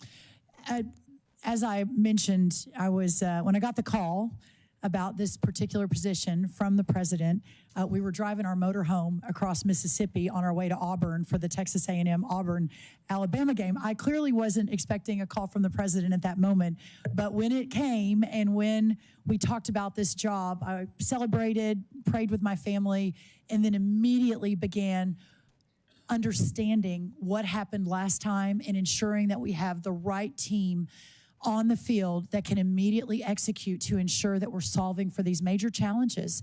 And so the undersecretary that will be coming before you, hopefully very quickly, Mr. Chairman, helped run that program under Sonny Perdue. The staff that he is building out, if confirmed, is the same team that did it before, with the idea that we can't reinvent the wheel. We've got to be able to move quickly. Well, that's good to hear, because we did have to do some things legislatively to get it rocking and rolling, and we did work with Fortis and the other guys, and so we look forward to working with them again so that whether it's China or anybody else knows we're going to defend our guys, and we're going to make them play fair, because on a level playing field, our farmers and ranchers outcompete anybody in the world. Yes, sir. On just a couple others, one is the sugar industry is huge in my state. That involves trade very directly, as you know. Will you commit to work with me on that industry? And Senator Klobuchar also shares that same concern, I think. Yes, sir. And in fact, Senator Smith and I discussed it as well when I met with her. Senator Smith. Yeah, yes. And absolutely, Senator Smith. Yes, I know. Don't leave out Senator Smith. No, my Minnesota senators. I want to emphasize Senator Smith shares that concern. Yes, yes. Thank you, Senator. Yes, 100%. And in any of these industries, I'm here and will always be available. We've also worked with your potential deputy secretary as well. And I want your commitment that both on behalf of yourself and him, that you will work with us on access on the forest lands, which, as you know, we have ag and many other interests out there on these forests, on the national grasslands. Access is an issue. We need your help. Will you commit to help us on that? 100%. Thank you. Yes, sir. Thank you, Senator. Appreciate it. Thank you very much, Ms. Rollins. Senator Boozman had to go vote, and as you noted, which I appreciate, we have not one but two Minnesota senators. We're blessed to have Senator Smith with us. Senator Smith. Thank you so much, Ranking Member. And I want to just say, share my congratulations to you and to Chair Boozman for leading this committee. I love serving on this committee. I love the bipartisan spirit that we have, and I even love Senator Hoeven, who always forgets that I care about sugar in Minnesota. She even loves you, Senator Hoeven. Yes. So welcome to you and your family. I can see how proud your family is of you, and I appreciated very much our conversation in my office, and I also appreciate your Minnesota roots and connection in Clear Lake, Minnesota, so thanks for that. So we have lots to talk about, and I'm going to get right to it. I wanted to start out by just raising the issue of ethanol and sugar, and I'm so glad that Senator Klobuchar and Senator Hoeven have touched on those two issues, both of which are vitally important to Minnesota agriculture. Ethanol is homegrown energy. It is a major economic driver in Minnesota, $7 billion to our economy. And similarly, the National Sugar Program supports more than 151,000 jobs in our country and contributes $23 billion a year to the U.S. economy. And it is run with zero cost to U.S. taxpayers. So I appreciate your commitment to work with us on those two important programs. Let's turn to rural development. You come from a small town, and I represent a state filled with small towns and rural places that are full of energy and creativity and innovation and talent. And I think we also know that small towns and rural communities face unique challenges. And I sometimes think that people forget that the rural development side of the USDA is really important. That portfolio is very important. And I will be honest, I'm fearful that the work done there, those efforts not being well understood, could become the target for budget cutting. And I also know that American farmers and ranchers really trust the USDA on those issues. They don't want to see those programs farmed out to other agencies where we all are worried that they would just get less attention. We talked about this when you were in my office, and I appreciate that. So let's dive in on a couple of issues, two big rural development issues, housing and childcare. So we know we have a serious shortage of affordable housing in rural communities. These are places where our elders and folks that live on fixed incomes, people who make our food system work, it's where they live. For decades, the Rural Housing Service at the USDA has helped in those communities, and everyone agrees it needs to be modernized and updated. Last Congress, Senator Rounds and I introduced the Rural Housing Service Reform Act to do that. We have 14 bipartisan co-sponsors. So I want to ask you first, Ms. Rollins, can you talk a bit about your vision for how the USDA can engage on rural housing, and will you work with me on rural housing service reform as we're describing in our bill?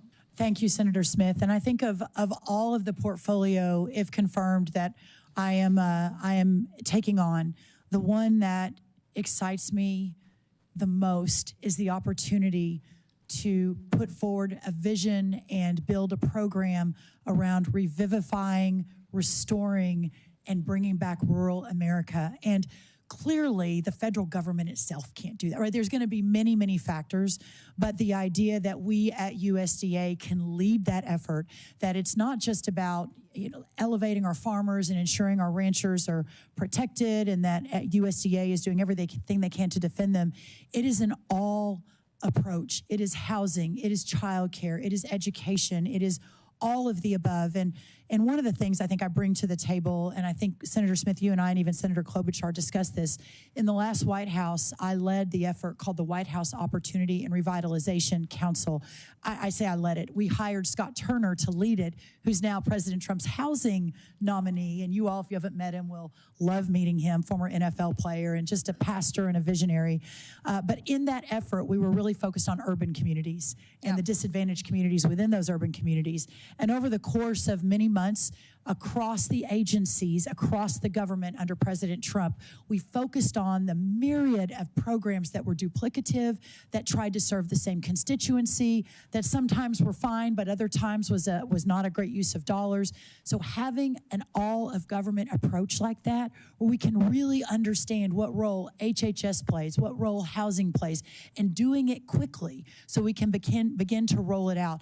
A final thing I'll say, and I know, Senator, you've got one more question. America at 250, which America turns 250 next year, is going to be an incredible opportunity for us to take this message to every corner of rural America and to really get people focused on it. So I appreciate that very much, and I think we do need to bring that message, but we also need to make sure that we are supporting and improving wherever we can those rural development programs at USDA and not throwing them under the bus, because I can tell you that they are counted on by folks in rural communities. So I hope that we'll be able to work together on that. I look forward to it. Ms. Rollins, I want to just touch, in the time that I have left, on the nutrition programs at USDA. You know, nutrition programs are foundational for healthy Americans. 2/3 of SNAP recipients are families with children. 1/3 are families with older adults or people with disabilities. SNAP is a rural development tool. In Minnesota, rural communities have the highest food insecurity in the whole state. And in this country, 9 out of 10 countries with the highest food insecurity rates are rural. So, Ms. Rollins, can you talk to me about how you see the rules around SNAP? And let's start with what you think about work requirements for SNAP. Well, first, I understand this is an incredibly important issue to everyone on the committee. My commitment is to ensure that we have the data, the research, and the understanding of this program to make sure that we are serving those that need it. And as I mentioned earlier, raised by a single mom in a rural community with 2 little sisters, she worked at the library, she made $5 an hour. I understand this. And is it your view that we need to adjust or change the work requirements for SNAP? it probably will be no surprise to everyone on this committee, both Republican and Democrat, and through a course of 20 years of being a policy leader, that I do believe in work requirements. I do think they're important. I do think, and I don't fully understand, but plan to get more in the weeds on this if confirmed, and working with all of you to make sure that your concerns are part of that education process for me. So my view, and in fact, I think this is the official view of the USDA, is that SNAP should ensure that no one fears going hungry in this country, but also that it reflects the importance of work and responsibility in this country. And that is why SNAP has extensive work requirements in place. And folks that are not required to work under SNAP, very small number, it's because they are taking care of a child or an incapacitated person, because they are all participating in an alcohol or drug treatment program, because they are already working under some other program. So I ask you to consider this as you look at this, because again, I don't think that this is a good place to be looking for extra dollars when we have so many people that are struggling with food insecurity, even though they are working one or maybe 2 or 3 jobs. Thank you. I know I'm out of time. Thank you, Senator. I commit to working with you, and I look forward to it.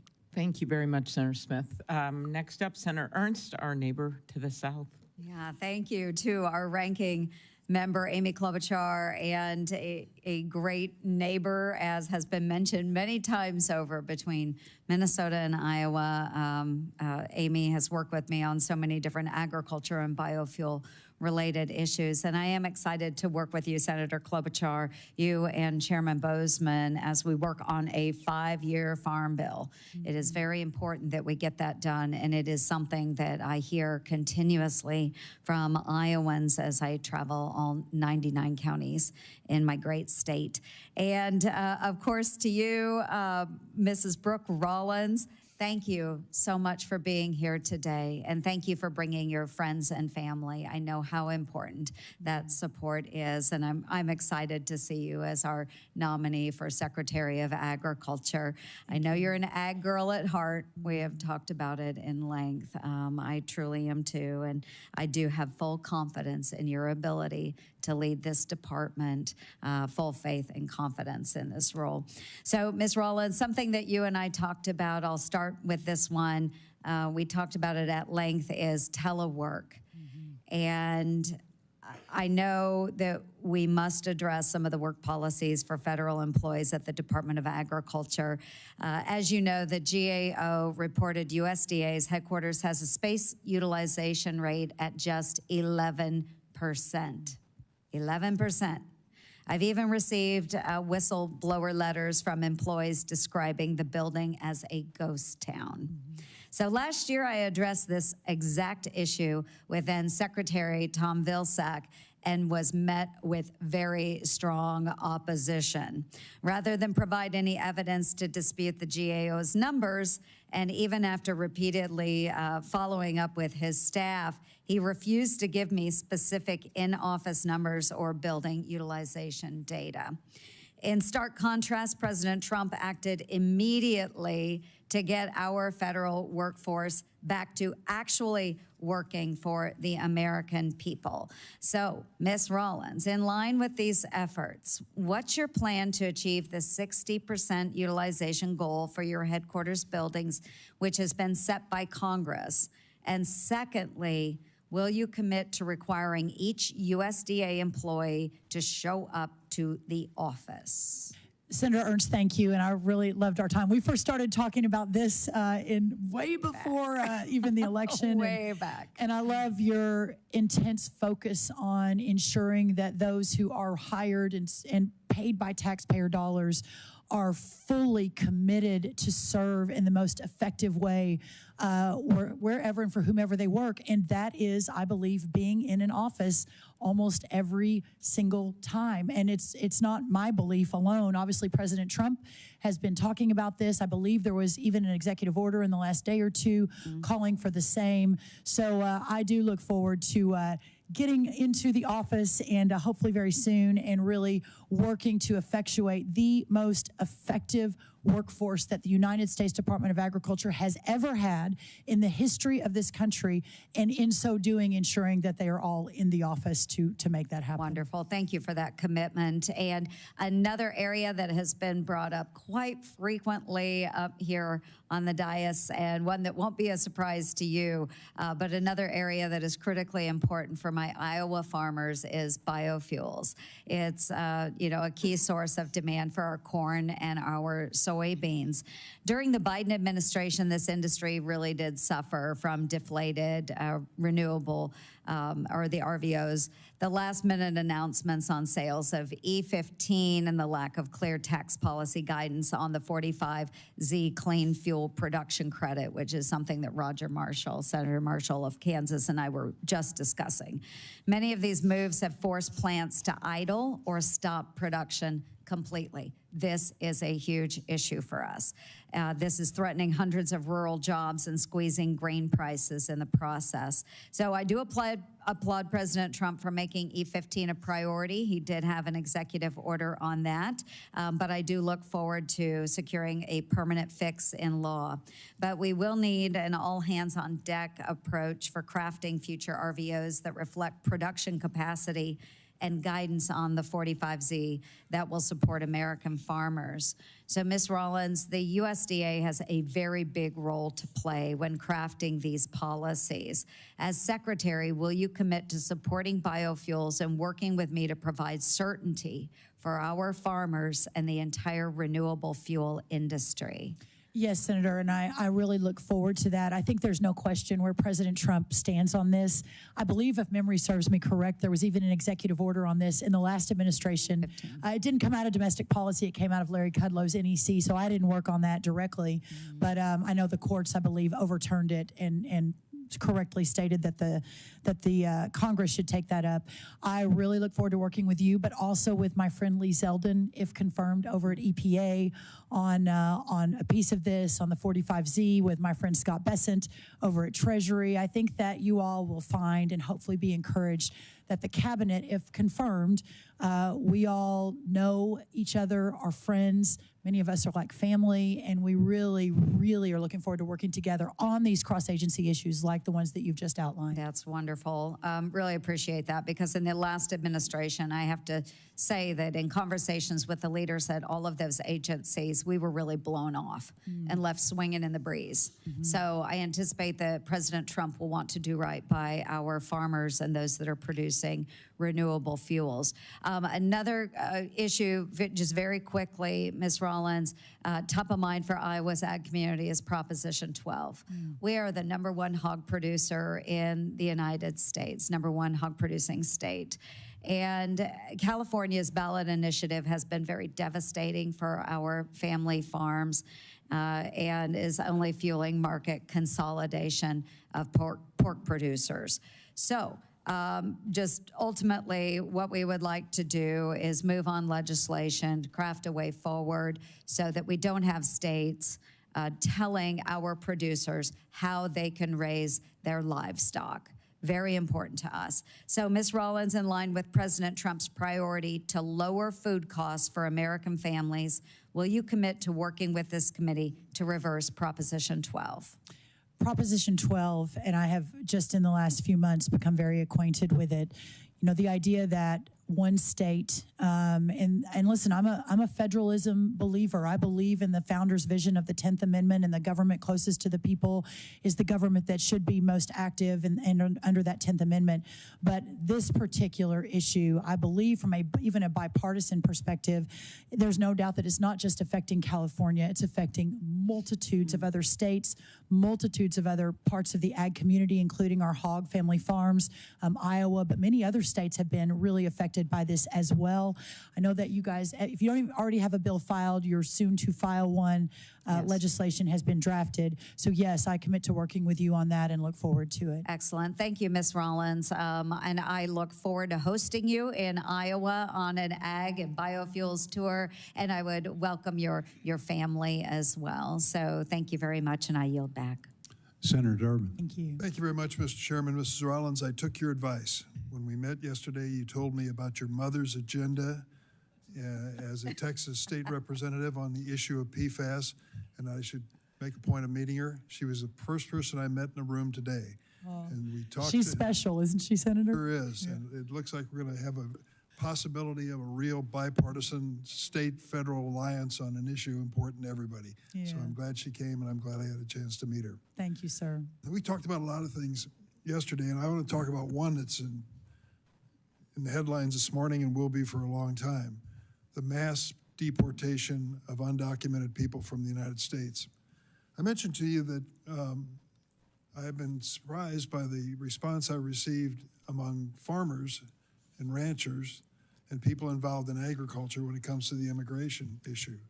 I told you about the dairy farmer who said, Senator Durbin, we're going to close down our dairy operation after 3 generations in our family because we need immigrant workers for dairy operations in Illinois.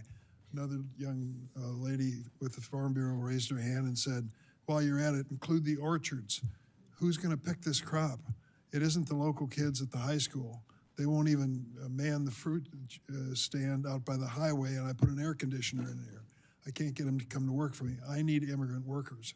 Turns out that 40% of the farm workers in this country are undocumented. And you know what that means. They're vulnerable to being deported. And if they're deported, what are the farmers going to do? For a lot of them and for a lot of different industries, immigration is critical. Now, your organization has said some things, some pretty strong things. Your American First Policy Institute, they've called for deportation at a scale that actually matters and massive deportation efforts. So I just need to ask you, what is your policy on immigration? We've got to get down to the real world, not the criminals. We don't want them. They shouldn't come here and they shouldn't stay. But those who work every single darn day to pick a crop that American people are not going to pick themselves, and most of them, 40%, I shouldn't say most, 40% are undocumented. So can we expect this administration to be raiding farms and going after the immigrant farm workers? Senator, thank you. And I really was grateful for our time yesterday and our time working together in the last administration. And I appreciate your kindness. I was a little late yesterday. There was some confusion and you gave me a little grace. So I really appreciate that. Yes, Senator Lujan, you as well. Listen, the president's vision of a secure border and a mass deportation at a scale that matters is something I support. I was his domestic policy director in the last White House. I have built and led an organization alongside Chad Wolf, our former Secretary of Homeland Security, at the America First Policy Institute. I want to be extremely transparent, and I think that you deserve that. That is my commitment, is to help President Trump deploy his agenda in an effective way, while at the same time defending, as if confirmed, Secretary of Agriculture, our farmers and ranchers across this country.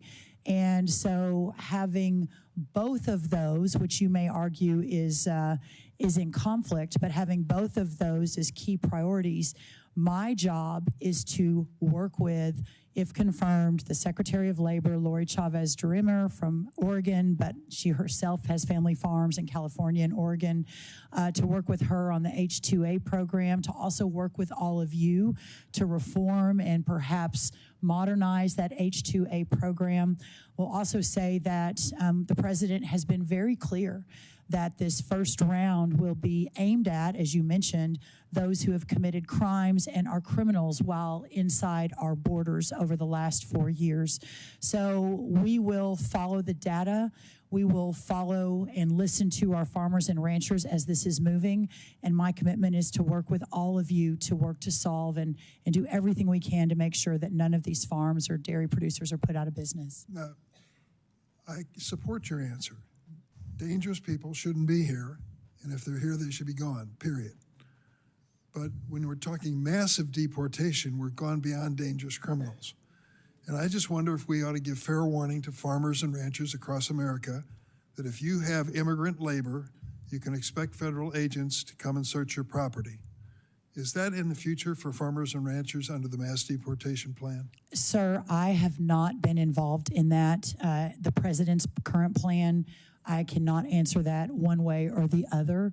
I do know that my job is to ensure that as those conversations are ongoing, if confirmed, that I am part of that data collection and understanding, and that the president understands that what this means to our agriculture community. And I believe sincerely that he will execute his agenda that he has promised the American people, but that we'll never forget our ag community in so doing. Well, I certainly hope so, because these men and women in immigrant labor on our farms are doing backbreaking work every single damn day, and they've done it for years. And many of them, 40% of them, are undocumented. And if they are going to be deported, then we've seen a lot fewer fruits and vegetables that we take for granted every time we go into the store. I think that's part of the reality. When it comes to the SNAP program, the work requirement and the asset requirements, do you think we ought to apply work and asset requirements to other agricultural programs? Senator Durbin, I look forward to learning more about those. I have actually spent most of my time on SNAP in preparing for this hearing. I'm obviously aware there are 16 other nutrition programs across the United States Department of Agriculture. I look forward to learning more about all of those, meeting with those that are running them, even looking across the agencies to see whom else is working on these projects, and ensuring that they are the most effective for those who need them, but also the most efficient for the taxpayer. I'm going to ask one last question. Project 2025, you're familiar with, calls for capping crop insurance payouts to $40,000 per farmer and terminating longtime USDA export promotion programs. What's your position on this Project 2025 proposal? Sir, the America First Policy Institute was not involved at all in Project 2025. We were in no meetings. We were not part of any policy process and had nothing to do with it. And so I'm sorry, I don't know that I can answer that specifically.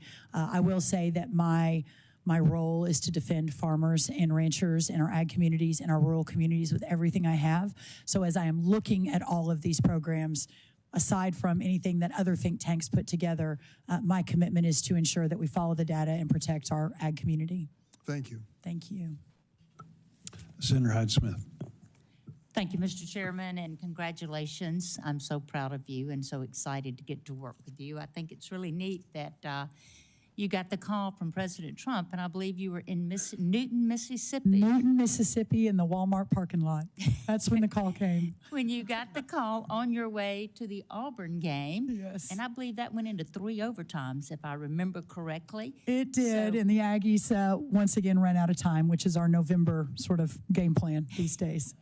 Well, that was a super exciting day. Thank you. For sure, no doubt. And it was so nice to get to meet Mark out at the National Finals Rodeo. Thank you for accepting the invitation to come there. But I want to highlight 2 important things before diving into the questions. And that is the supplemental that was passed before Christmas. And I just want to thank Senator Bozeman. I want to thank Senator Collins on how incredibly important that was to get that into that bill, that $10 billion that will make a total difference in the survival of so many producers throughout the state. So thank you for that. That certainly didn't go unnoticed by the ag world. But I wanted to talk to you about catfish. Mississippi is the top producing state of catfish, our farm-raised catfish, and it's a huge contributor to our rural economy throughout the state. And our neighbors in Arkansas and Alabama, they're right there with us. But unfortunately, the foreign catfish issues, the imports, primarily Vietnam and China, that has really hurt the industry. But my greatest concern was now that it is being inspected by USDA Food Safety and Inspection Service, and it's charged with inspecting all those imported catfish. And I've been very concerned about how that has been implemented. They are far more rigorous than the Food Drug Administration inspection, but the inspection hasn't been at the top of the priority list for the last administration. And that made a big, huge difference because there can be dangerous carcinogens in there, many elements that's harmful to human consumption that was getting by and not inspected. So if confirmed, will you work to ensure that FSIS tightens its imported catfish inspection responsibilities? Yes, ma'am. I really look forward to all aspects of the United States Department of Agriculture, but have heard from several of you that the inspection part of it could be significantly improved, and my commitment is to do everything I can to do just that. We are close to announcing an undersecretary. I should say the president is close to announcing an undersecretary in that role, and I think everyone will be very pleased when that announcement is made, and look forward to hopefully his quick confirmation and letting us get to work, Senator. Wonderful. I fought that for years as we're the top producing state there and as Ag Commissioner in Mississippi. And I also share your commitment, as you mentioned in your testimony, to addressing the H5N1 and the New World screwworm outbreaks as high consequences disease threatening animal agriculture. I've gotten several calls lately on that from producers that are very concerned about that. And I can remember the avian influenza threat, getting the Mississippi flocks. Buddy, now that kept me up at night. And I had plenty of foam, plenty of water on standby that if we had the outbreak, we were ready. But I was also involved in reopening beef exports markets after BSE, or the mad cow dissection. And those markets took over a decade to recover when we had countries that did not buy our beef because of that for 13 years until we got that under control. But while much attention is given to the problem of animal disease outbreaks, I want to focus on the key solution that's often overlooked, and that is the importance of USDA veterinarians. And those are so critical. And despite the hiring freeze, those professionals are essential in protecting animal and public health and ensuring food security because of these outbreaks.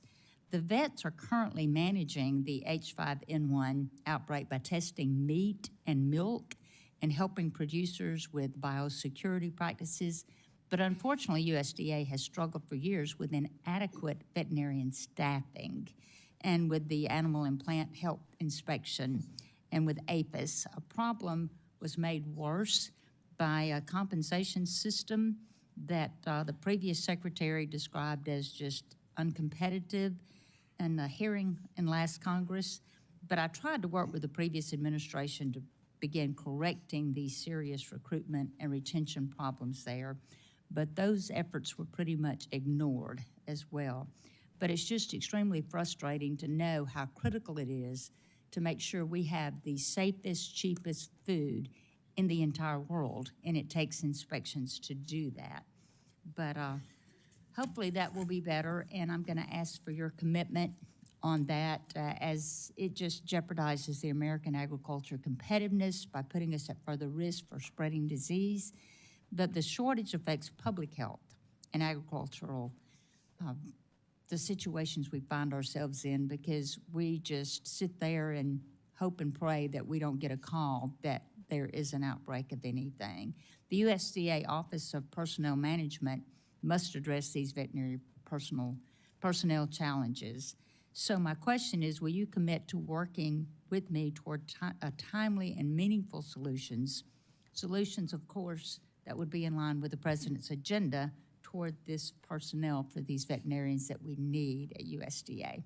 Senator, I so look forward to doing that. And yeah, I'm not sure if you've heard, but Texas A&M has a heck of a good veterinary school, so that I'm very familiar with. So I especially on this look forward to that with you. I do think that the recruiting piece of this and you and I working together, and I believe Senator Klobuchar may be a co-chair with you on the veterinary committee here in the Senate, but across the board ensuring that your leadership and my supporting you, if confirmed, continues to be a priority, and really look forward to that. And one quick statement I want to get in to look forward to working with you on as well, once confirmed, is to address the USDA packers and stockyards rules concerning poultry. It's really caused some significant cost increase to our poultry growers, and it really doesn't have any quantifiable profits. So that's another thing that I would like to meet with you on, is packers and stockyards, the law that we all live by. Thank you so much, and I so look forward to supporting you. Thank you, Senator, so much. Senator Booker. Mr. Chairman, thank you very much. I'm excited to be here and excited to have a few moments with you. Thank you for coming by my office yesterday. I know I was the favorite office you visited, much more than You were the favorite. There were 3 favorites, and you were one of the 3. I'm glad to hear that. I know you liked my visit better than Tommy Tuberville. I'm going to jump on the moving mom bandwagon here. When you told me about the work she did, the work on PFAS, God, I hope it foreshadows some of the work we can do together. It's a real problem for American farmers, and it's something that's really important to me. I mentioned to you when you were with me that one of the biggest problems we have in America is that the biggest producers in our country have done well. That's not a problem. I love and celebrate American success. But we're having a problem with the big producers, often controlled by multinational corporations who are doing great. But most of our small farmers in America really continue to struggle. Since 2017, we've lost over 140,000 farms in our country. And since the 1970s, over 500,000 farms have been lost in this country. This loss of family farms has led to awful things happening in our rural communities, an exodus of residents, jobs, really the hollowing out of rural communities. And for the farmers who've managed to hang on, times are really tough for American farmers. 88% of family farmers have second jobs off the farms, and a majority of that income utilized by those families is generated from off-farm income. And right now, the USDA programs are structured in ways that serve well the biggest producers, but often do not work for small and mid-sized family farms. So I'm pushing in the upcoming Farm Bill to create an Office of Small Farms within the USDA that would be charged with looking at USDA programs and policies and finding ways to make them work for our small farmers. This is a crisis. We're losing our heritage. Families that have had farms for 5, 6 generations in America are really struggling. And this is just a yes or no question, which I got in private. I'm hoping to get in public. As Secretary, will you make it a priority for the USDA to do a lot more to help small farmers? 1,000,000,000% yes, which is Aggie math, because I think you can only get to 100% yes, but 100% yes. And Senator, we discussed yesterday, for me personally, that is where my heart is and my passion in restoring rural America and working together in all parts of our country. I am grateful. I'm going to say hallelujah, amen to your answer and remind you that your mother is watching. Yeah, yes, sir. All right. So as you know, we're also facing a global hunger crisis. Millions of people are in desperate need of food. For the past several years, Senator Bozeman and I have worked closely with the USDA to increase and expedite the USDA's purchase of commodities such as rice and wheat from U.S. farmers for shipment to countries where people are really suffering near famine-like conditions. It's a win-win for us. The USDA purchases really help our farmers, and at the same time, we're able to provide life-saving food to children and families around the globe. I know that you and I share a deep faith. It's a motivation behind what we do in our work, and you believe that the gospel calls on us to help people in need, but it's also a national security issue for America in helping to stabilize other nations that are facing crises. My office is getting a lot of concern and concerning reports from farmers that humanitarian programs like Food for Peace may be paused by one of the recent executive orders. I really am hoping that's not true. And again, a yes or no question. Once you're confirmed, will you check on the status of that, and will you make food aid purchases from our farmers a priority? Yes, sir, of course. Fantastic. Meat packers. Most Americans don't know this. They work in really horrifically dangerous conditions, one of the most dangerous jobs in America. They're being forced to make repetitive motions every day, forceful ones. The USDA published recently a report showing that at current line speeds, 81% of chicken processing plant workers are at an elevated risk, significantly so, of developing debilitating upper body disorders and things like carpal tunnel syndrome. These workers also face a risk of serious injuries. On average, 2 worker amputations per week occur on slaughter lines in the United States of America. Just imagine if that was your family member. Even worse, meatpacking giants like JBS have admitted and been fined for child labor violations in their processing plants. The USDA currently is one of the largest buyers from these big meat packers. I have a bill with Senator Josh Hawley. It is a bipartisan bill to stop federal contracting with companies with child labor violations. As Secretary, yes or no, will you commit to using the agency's purchasing power to force these companies to end these horrific abuses, child labor practices, and bad treatment of workers? Senator Booker, I look forward to working with you on that. I don't and have not spent enough time to fully understand, to commit one way or the other, but I absolutely look forward to working with you and learning more about this issue. Sure, Holly and I will definitely talk to you more. I'm grateful for that, yes. And I'm going to speed to my last question. Ultra-processed foods in school meals. We're facing a crisis. You talked about it earlier with our children. 38% of teenagers in America have pre-diabetes, among other often chronic diseases. We have a sickness epidemic in American children. We know that if kids reach adulthood obese, they are on a trajectory of a lifetime of sickness and suffering that will cost our healthcare system inordinate amounts and cost them as well. We know that 60% of children's calories, 60% currently come from ultra-processed foods. Many of them have unhealthy levels of salt and added sugar. With our school meal program, we have an opportunity to make sure that kids get healthy, nutritious meals that empower them in school that day and for their life. But right now, kids are still getting too many of their calories in schools from ultra-processed meals. Yes or no? If confirmed, will you commit to dealing with this crisis and really focusing on improving children's nutrition by reducing the amount of ultra-processed foods in our school meal program? The answer is yes, but I want to add to that if you don't mind. As I mentioned with Chairman Bozeman, I do think this is a crisis, and I do agree with you. And I think before my friend RFK Jr. Bobby Kennedy came on the scene, I believe that was in August, and became part of the America First movement, that this particular issue, while really important, was not necessarily at the top of the America First agenda. At AFPI, America First, we had some people working on it, but didn't expect it to be a priority in the administration. I am encouraged that it is now a priority and look forward to working with everyone. I am so grateful for that. This is not a question because my time's expired, but Prop 12 coming out of California, this Packers and Stockyard Act, I know you will be open to us bringing you small family farmers, independent family farmers who show that Prop 12 has opened up new opportunities for them, and the Packers and Stockyard Act is protecting them, and they actually want to see better enforcement. So I know you're open to us having that conversation. I will look forward to that. Thank you, Senator. Thank you. Senator Marshall. Thank you, Chairman, Ranking Member. Ms. Rollins, welcome. Thank you. Just want to know if you agree with me that whole milk is the most nutritious drink known to humankind and belongs in our school lunches. Senator, I don't know that you have met my mom yet, but this is all we had in our refrigerator growing up. Not anything else, just whole milk. She is absolutely never going to let us forget this, the fact that this is coming up. But yes, this hits home to me very, very quickly. It brings back a lot of memories. So, Ms. Rollins, like many of us on this committee, you have a love, a passion for rural America, for agriculture.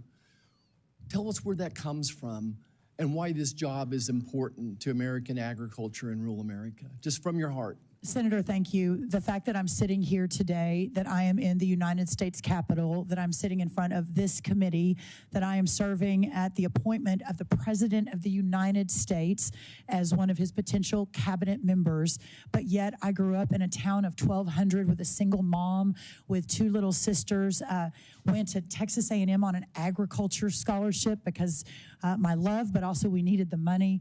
That Future Farmers of America is the organization that set my path so many years ago. I am fighting for the next Brooke, who is growing up in a little bitty town with a single mom, that her weekends are spent on horses and raising cattle and barrel racing and at Friday night football, at least in the South, and making sure that those communities continue to raise and provide thriving and incredible opportunities for the next generation of leaders so that this country can continue in the next 250 years to do what we've done in the last 250, and that is to create and govern under our founders' vision of the greatest country in the history of the world. And this work and this committee and this moment in time is the backbone to all of that. Yeah, Ms. Rollins, it reminds me of a song that growing up a Kansas farm boy is mostly having fun. And I think that's what you're describing. It was That's mostly right. having, it was a simpler time.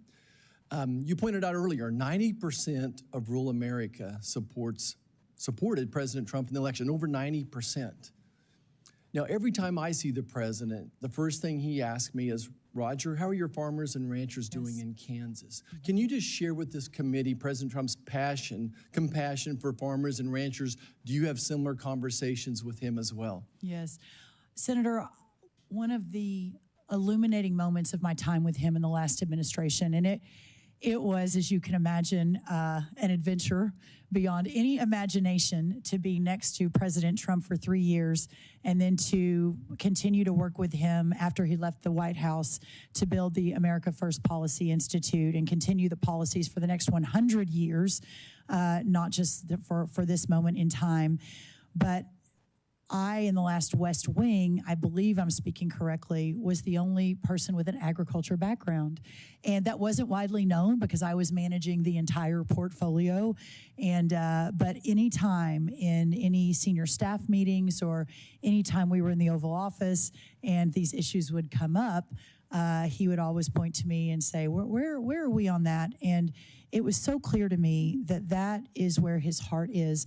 I'll never forget a cabinet meeting where we were having a discussion about some big corporate entity who had asked for a very large sum in the multis of billions of dollars for a project. And that same week he had been asked for that project, he'd also visited some farmers in Georgia. And I'll never forget, I was sitting behind him because I was not part of the cabinet, I was part of the senior staff. And I'll never forget, I don't think the media was in there, but he looked at the entire cabinet and then turned, over his shoulder and looked at us who were sitting behind him as his senior team. And he said, I'm not here for those guys who are asking for billions of dollars for their new project and their market value is many, many billions and billions more. I'm here for those farmers. I am here for those men and women that I met in Georgia yesterday who are hurting but never complain, never miss a beat, never stop doing what they're called to do, which is to produce for the families across America and across the world. That is who I am here, and we all, pointing to the cabinet and the staff, are here to serve. I think that was in maybe year 2 of the 4, and I've never forgotten it. And when he called me about this job, we talked about that again. Yeah, thanks, Ms. Rollins. So obviously, agriculture, rural America is important to you. It's important to the president. Would you just speak for a moment how important biofuels are to the farmers, to ranchers who benefit from some of the substrates coming out of that process and to rural America as well, and specifically how 45Z might impact rural America?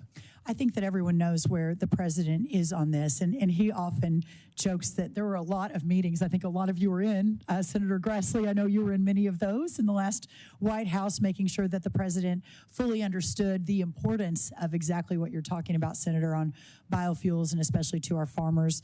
I believe that in the last 48 hours, one of his executive orders on energy actually included a mention of biofuels. And also, my role, if confirmed, is to defend all of American agriculture. So I believe, Senator, that you and others who hail from these states where this is a driver for your farmers and your ranchers and your economy should feel very confident that you have a friend and a defender in this current administration to make sure this continues. 45Z, obviously, my friend Scott Bessent, if confirmed over at Treasury, will be working on that. That's in his purview, but I will ensure that he has the data and the voices and the opinions around him to make the right decision. Yeah, just one more quick comment on the 45Z is that certainly what we don't want is China to benefit from it. Correct. Which is happening right now. We can go into that in more detail later as well. And by the way, I was just sitting here thinking, I remember President Trump's, the first primary back in 2016 in Iowa, I believe he came out, was the candidate that came out in favor of biofuels as well, as I recall. That's right. Let's finish up on the regulatory environment. Boy, I'm not sure if anything's a bigger concern to the American farmer right now than the regulatory environment. And the 2 hot button issues have been WOTUS, Waters of the U.S., and the Endangered Species Act. Can you tell us what your involvement was in rolling back that WOTUS regulation with the previous administration? And that, I think, is a good example going forward what will be happening. I will, and I appreciate that so much because I do have extensive experience in many of these regulatory programs that in the last administration we worked to make rollback, but also align better for the needs of our ag communities and ensure that the Waters of the United States rule did not put more farmers out of business. Same with the Endangered Species Act. I know that that's also a big issue in our forestry lane as well. So I really encourage and look forward, and my policy heart is very happy at the opportunity to make those better, to understand the harm and follow the data on it, and really work with all of you to try to solve for that in the next 4 years. Senator Schiff. Thank you, Mr. Chairman, and at the outset, I want to tell you how very grateful I am to serve on this committee. California has not had a senator on the Agriculture Committee for over 30 years, and as a leading agricultural state, I'm really proud of the industry and all the people who work in it, and grateful to have a chance to represent them on this committee. And Senator Marshall, I wanted to tell you that a California legislator once made a name for himself by drinking a beaker of malathion to demonstrate his view that he thought it was that safe. I will not be doing that today. Ms. Rollins, thank you for being here today.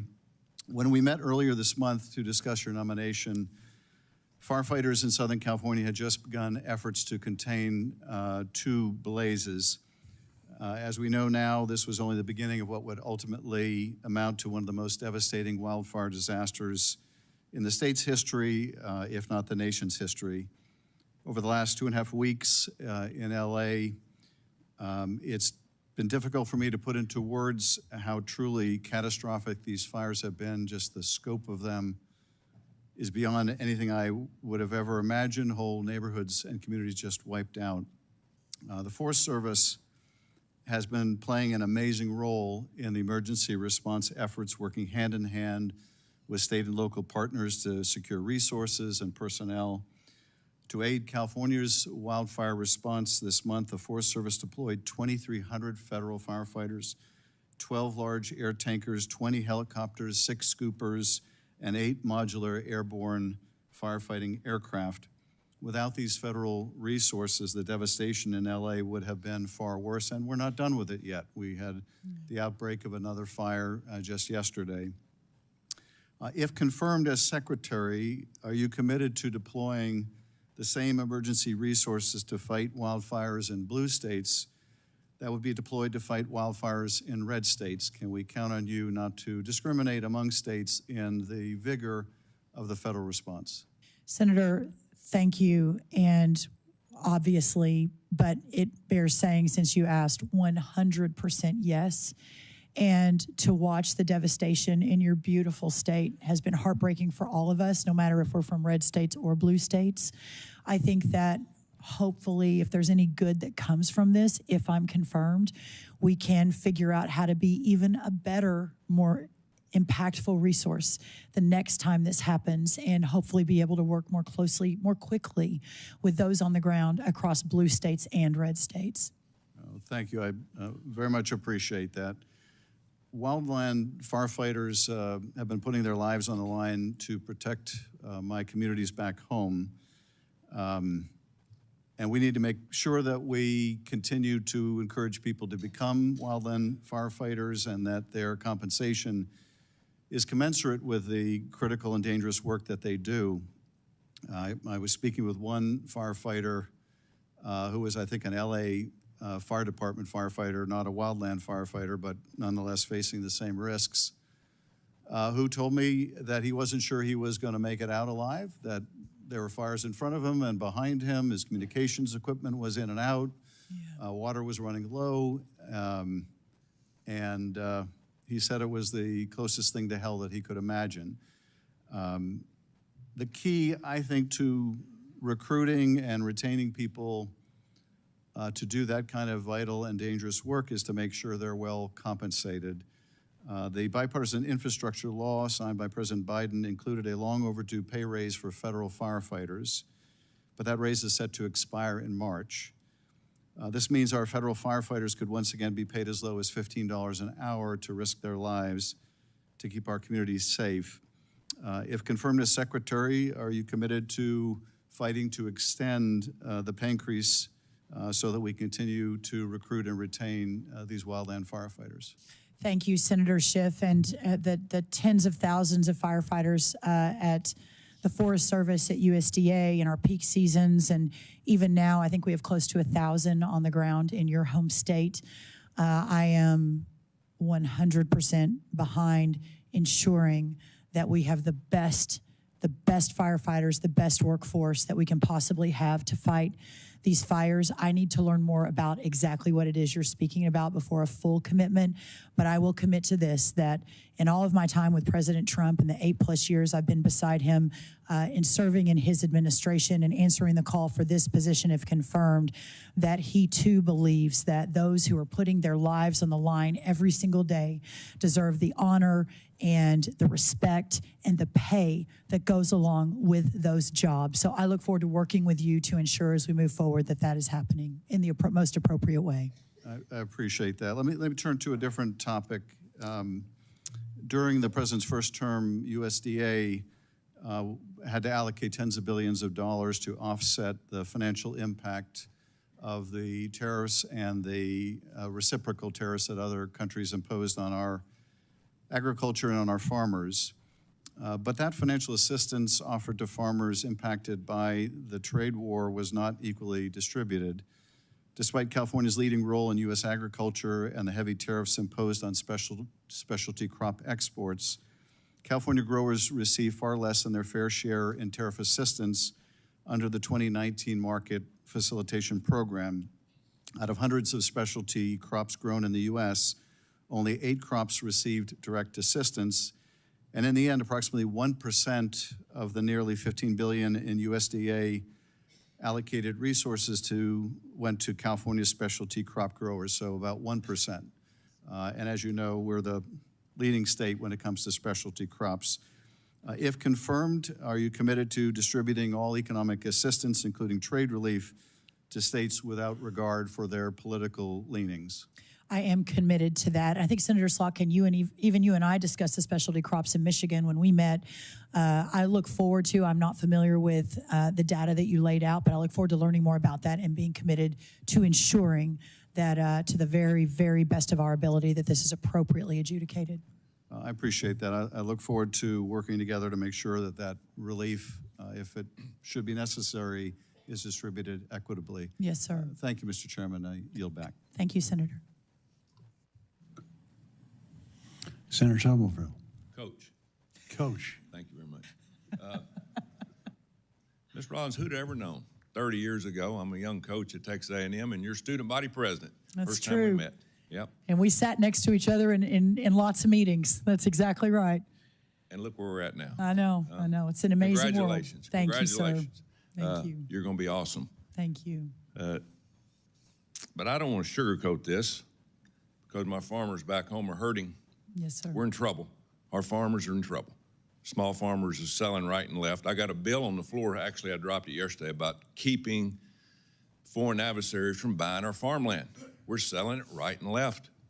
But I don't blame them because they can't make a profit. Row croppers in my state of Alabama are really getting killed. Cotton farmers last year, the input cost was about $400 an acre. They might have got $100 an acre out of their crop last year. Yeah. That's the reason we had to do a supplemental right before Christmas. My phone was ringing off the wall. We have got to help our farmers, but they hate handouts. I'll tell you that right now. They hate it because they want to do their own work. So I'm glad you understand that. Being from Texas, you understand it. Yes, and sir. Again, it is a dire problem, and it's not going to get fixed overnight. I'm looking forward to seeing who your team is going to be around you. I will tell you this, it's discouraging to know that you walk into the office building where you're going to have 3,000 or 4,000 employees and you can shoot a gun and not hit anybody. There's nobody there. Nobody's been working in the office for 4 years. I mean, Yes. It's embarrassing. It's absolutely embarrassing. Our farmers need help and we got nobody working at the office. So we have to get input costs down. That's not your job. 6-7 years ago, a cotton picker cost $750,000 in Alabama. Today, it's $1.5 million. Yes, sir. Fertilizer's gone sky high after the Ukraine war.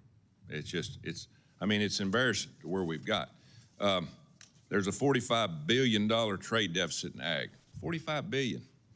And the only way that we can get commodity prices back up is handle that trade deficit. So, that being said, we need dialogue. If confirmed, will you commit on doing dialogue with President Trump and the people around ag to get our farmers an opportunity to have a better price for their crop? Yes, I will, Senator, and I so look forward to that. I think one of the things I read recently that only 43% of our ag producers are net income positive. That is unsustainable. We have to find a better way, and it can't come always through government subsidies. We've got to expand the market. We've got to figure out input costs. One of President Trump's top priorities was food inflation. Well, this comes before food inflation because this itself will drive the cost of food down if we do our jobs and if we're able to produce for our ag community the way that, Coach, I believe that we can, working together. Yeah, what we don't want to happen is what's happened to our drug industry. You know, we found in COVID, we look around going, you know, how do we keep people, you know, get people healthy? And all the drugs are made in China. And we're going to end up in the same situation if we don't wake up and smell the roses. It's going to happen. Yeah. Again, people are selling right and left, and you can't blame them. Our small farms are going to end up being corporations like the packing houses. We only, got 3 companies now that are meat packers, and one of them's owned by China. We're headed in a direction of unknown, and it's going to take leadership from your office to get that back on the right track. Our forest industry in my state, $36 billion a year. Now, with the USDA Forest Service under your purview, what priorities do you have for the health of our forest across the country? Not just in Alabama, but we have to continue that to make sure that we have healthy wood, because it is something that we're very proud of. I know that's really important to Alabama and many of the other states that are represented here and across the United States Senate. My commitment is to hire an A++ team. We've already announced our Undersecretary, Mike Boren, for this position. I have great faith in his leadership. He is a businessman, and I think bringing to the table, hopefully with a quick confirmation process from all of you, he will bring to the table a team that will take our great firefighters in the Forest Service and hopefully realign and reorganize in a way that makes the Forest Service, including forest management, more productive, more efficient, more effective, so that we don't have the issues that we've had in these last number of years, and especially for our great producers in your state and other states. Keyword, forest management. Key 2 words. We've got to manage our forest, do it the right way. American people across the country that are not in this business they shouldn't have to pay for everything the mistakes that we make. We're broke. We're $36 trillion in debt, and it's getting worse. That's right. Every day. And we're printing $80,000 a second, by the way, and we can't sustain that. Government's way too big. Disaster relief. Disaster relief. If we've had problems with tornadoes or floods or whatever in my state, it takes at least 3 years at times to get any kind of disaster relief. 3 years. And you know as well as I do, farmers borrow money from banks for a crop, and those bankers are looking around going, where's our money? Well, we're waiting for disaster relief. The bankers shouldn't have to deal with that, nor should the farmers. But I think there has to be a better plan for that at the end of the day. And I'm throwing all your problems out to you. You probably don't want to hear that, but we got a lot of problems that need to be fixed. Well, Senator, Coach, I believe that you and I having a conversation with our Commander-in-Chief, and the fact that it's taking 3 years to get relief will be unacceptable to him. It is unacceptable to me, and I look forward to working with you to ensure that we do better, much, much better than that. Thank you. Good luck. Thank you, sir. Thank you. Senator Welsh. Thank you. Thank you very much. I don't want the coach to be upset, but when he asked the question, how did you both get here? I kind of get it, how you got here. I'm still trying to figure out about the coach. How Coach got here? But you did another thing that really is astonishing. Senator Cruz gave you a very nice introduction. And I didn't know something that he's kept on the down low. He actually has a sense of humor. So this is a pretty astonishing hearing. It's a new day. It is. And thank you for your visit to my office and your enthusiasm about rural America. And I'm so delighted to be working with our new ranking member and our new chair to try to strengthen rural America. And I share the, I think, point of view strongly held by members of this committee that rural America really is about the great values and strength of America, hard work, family, community. And rural America has been under brutal pressure. And I think every single one of us wants to do everything we can to strengthen it, because a strong rural America is a strong America.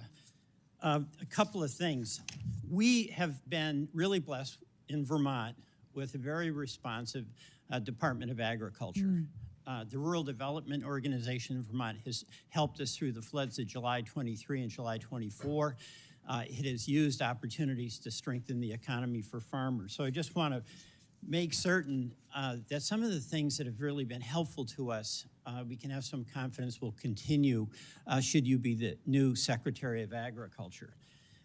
Number one, we've got under the previous administration, there was $40 million that went to Vermont for energy efficiency programs.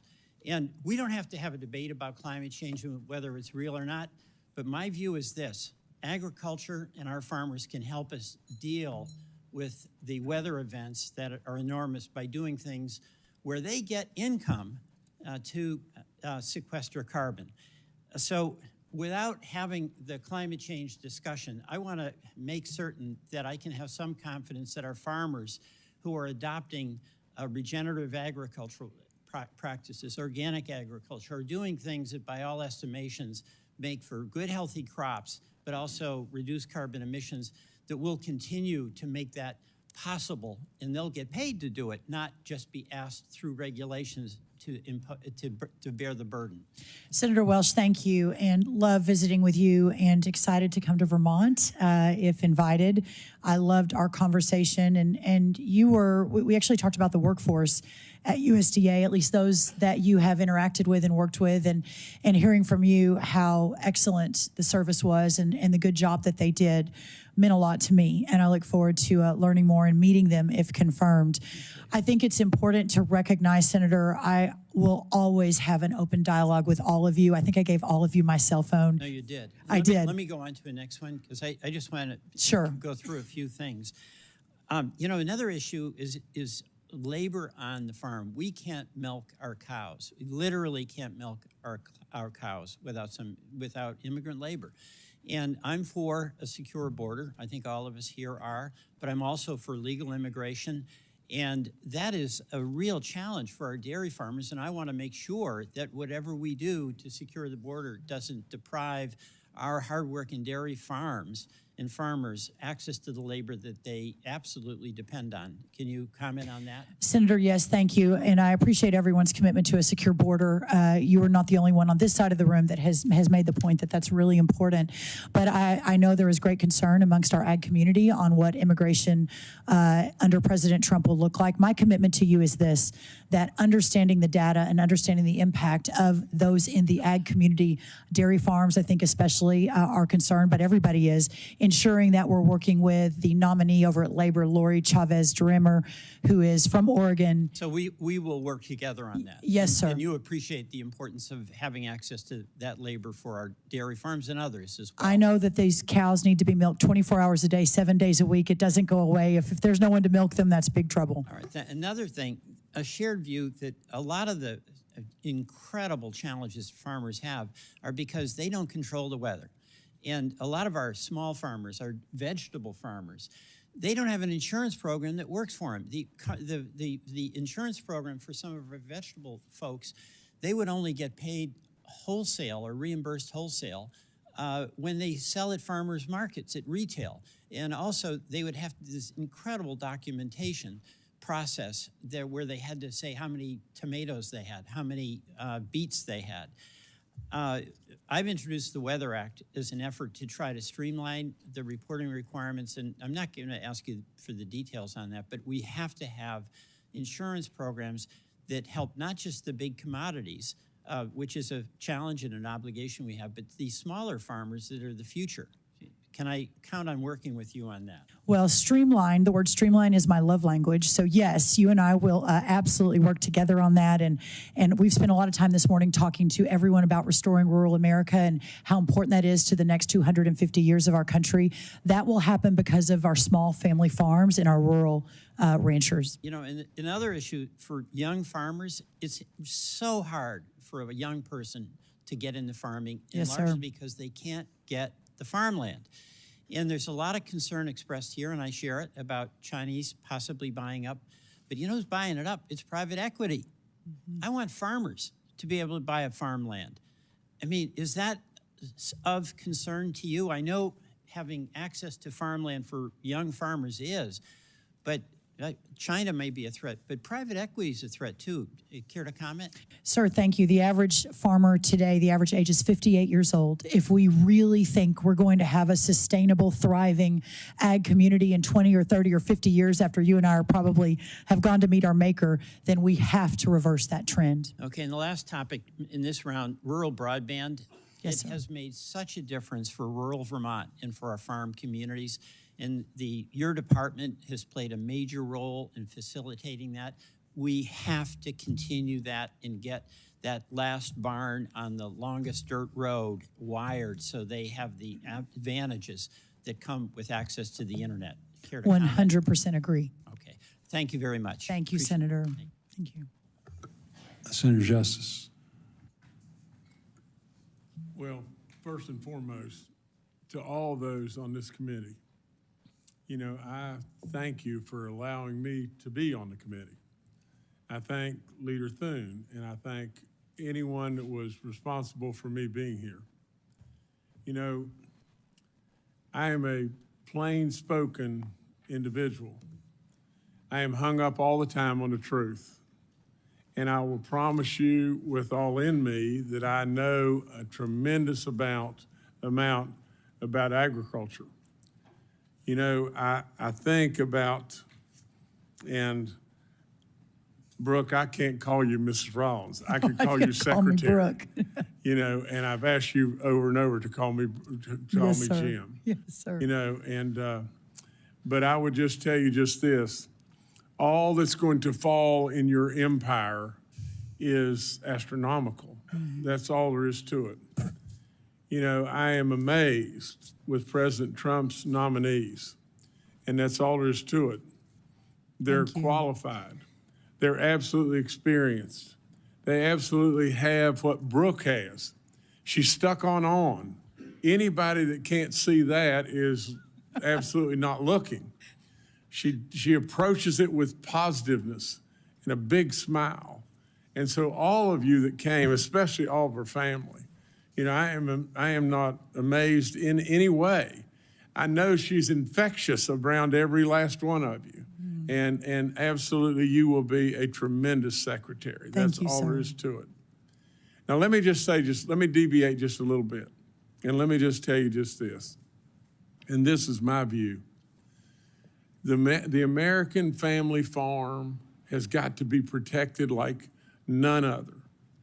Right today, right now, you know, what we have is the average size of the American family farm is 450 plus or minus acres.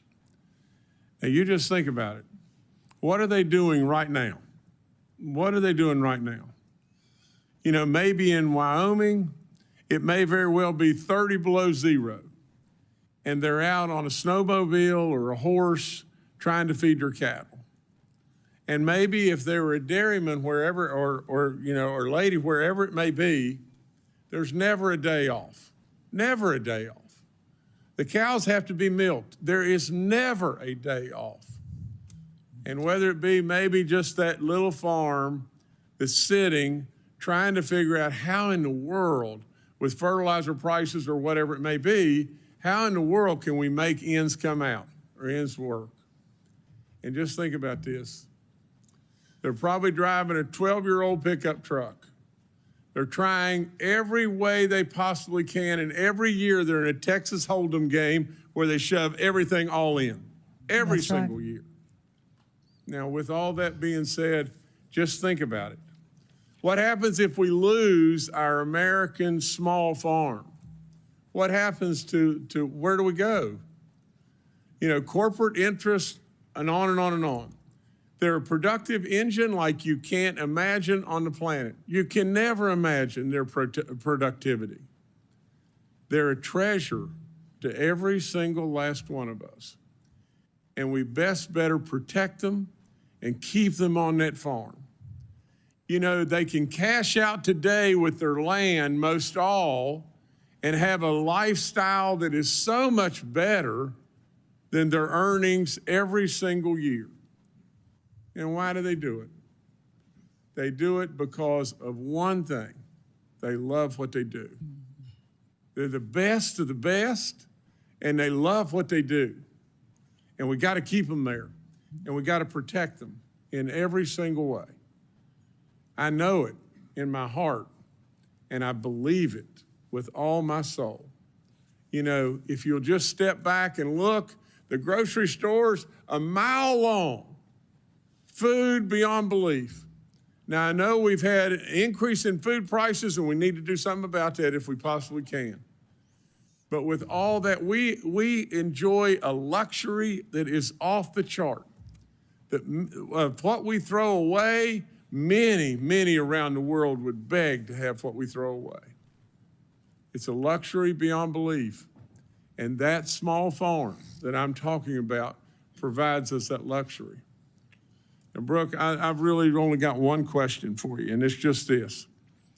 And I don't have enough time to go into all the specifics, but from a value-added standpoint, you know, if I could deviate just a second to forestry, and I look forward to telling you about this because I've got a plan that really could very well help bring our furniture manufacturing, our cabinetry, you know, our flooring manufacturing back from it being in China, Vietnam, and Mexico, where we've lost it all for all practical purposes, back to us. We'll talk about that. But I want to hear that you are really supportive of value-added products because it is so important to getting our manufacturing at home and what President Trump absolutely believes and wants more than anything. Again, I am all in with your nomination, 1,000%. You will do an amazing job. There's no question about it. But please comment on the value added, please. Sir, there is no excuse why everything in American agriculture and America in general, but we're here to talk about ag, is not the best of the world, that everything that we work on is of the most excellent approach, and that we continue to build and feed and thrive and preserve the American heritage of the greatest farmers in the world.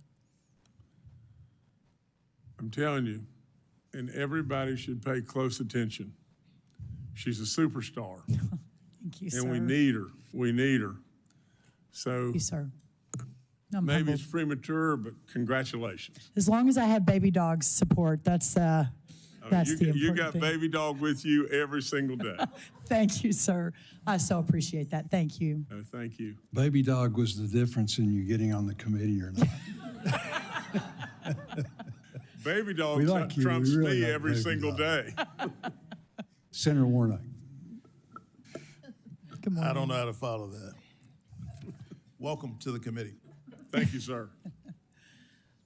Thank you, Chairman Bozeman. I want to take a moment to congratulate you and Ranking Member Klobuchar on your appointments to lead this committee. I look forward to working with both of you. I've met with each of you, and I've enjoyed our relationship and the work that we've tried to do and the work we've done. Ms. Rollins, good morning. And welcome to you and also to your family and all those who are here to support you. And congratulations on your nomination. Thank you. I enjoyed also meeting with you last month to discuss your nomination and plans for USDA. And this morning, I'd just like to follow up on some of the issues, many of which we've already discussed.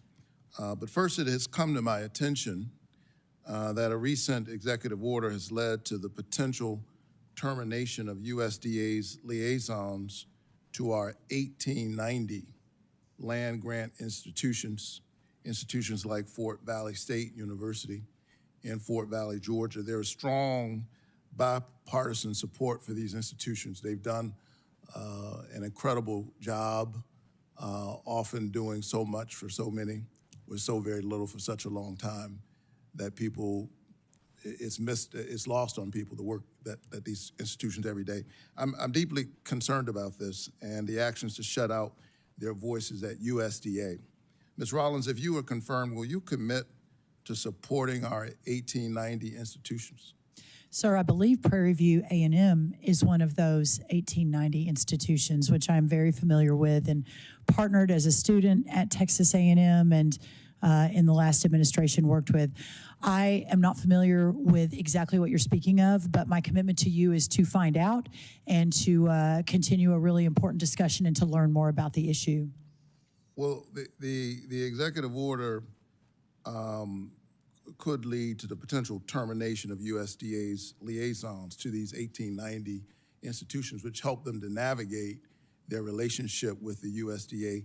Can I have your commitment to protect those who serve these institutions at the USDA? Again, sir, I would want to know more and understand more before I can make that commitment, but clearly those institutions are important. They are bipartisan supported, and you have my commitment to have a very robust dialogue at any moment, any time of day or night to ensure that we have all the data as we're making any decisions.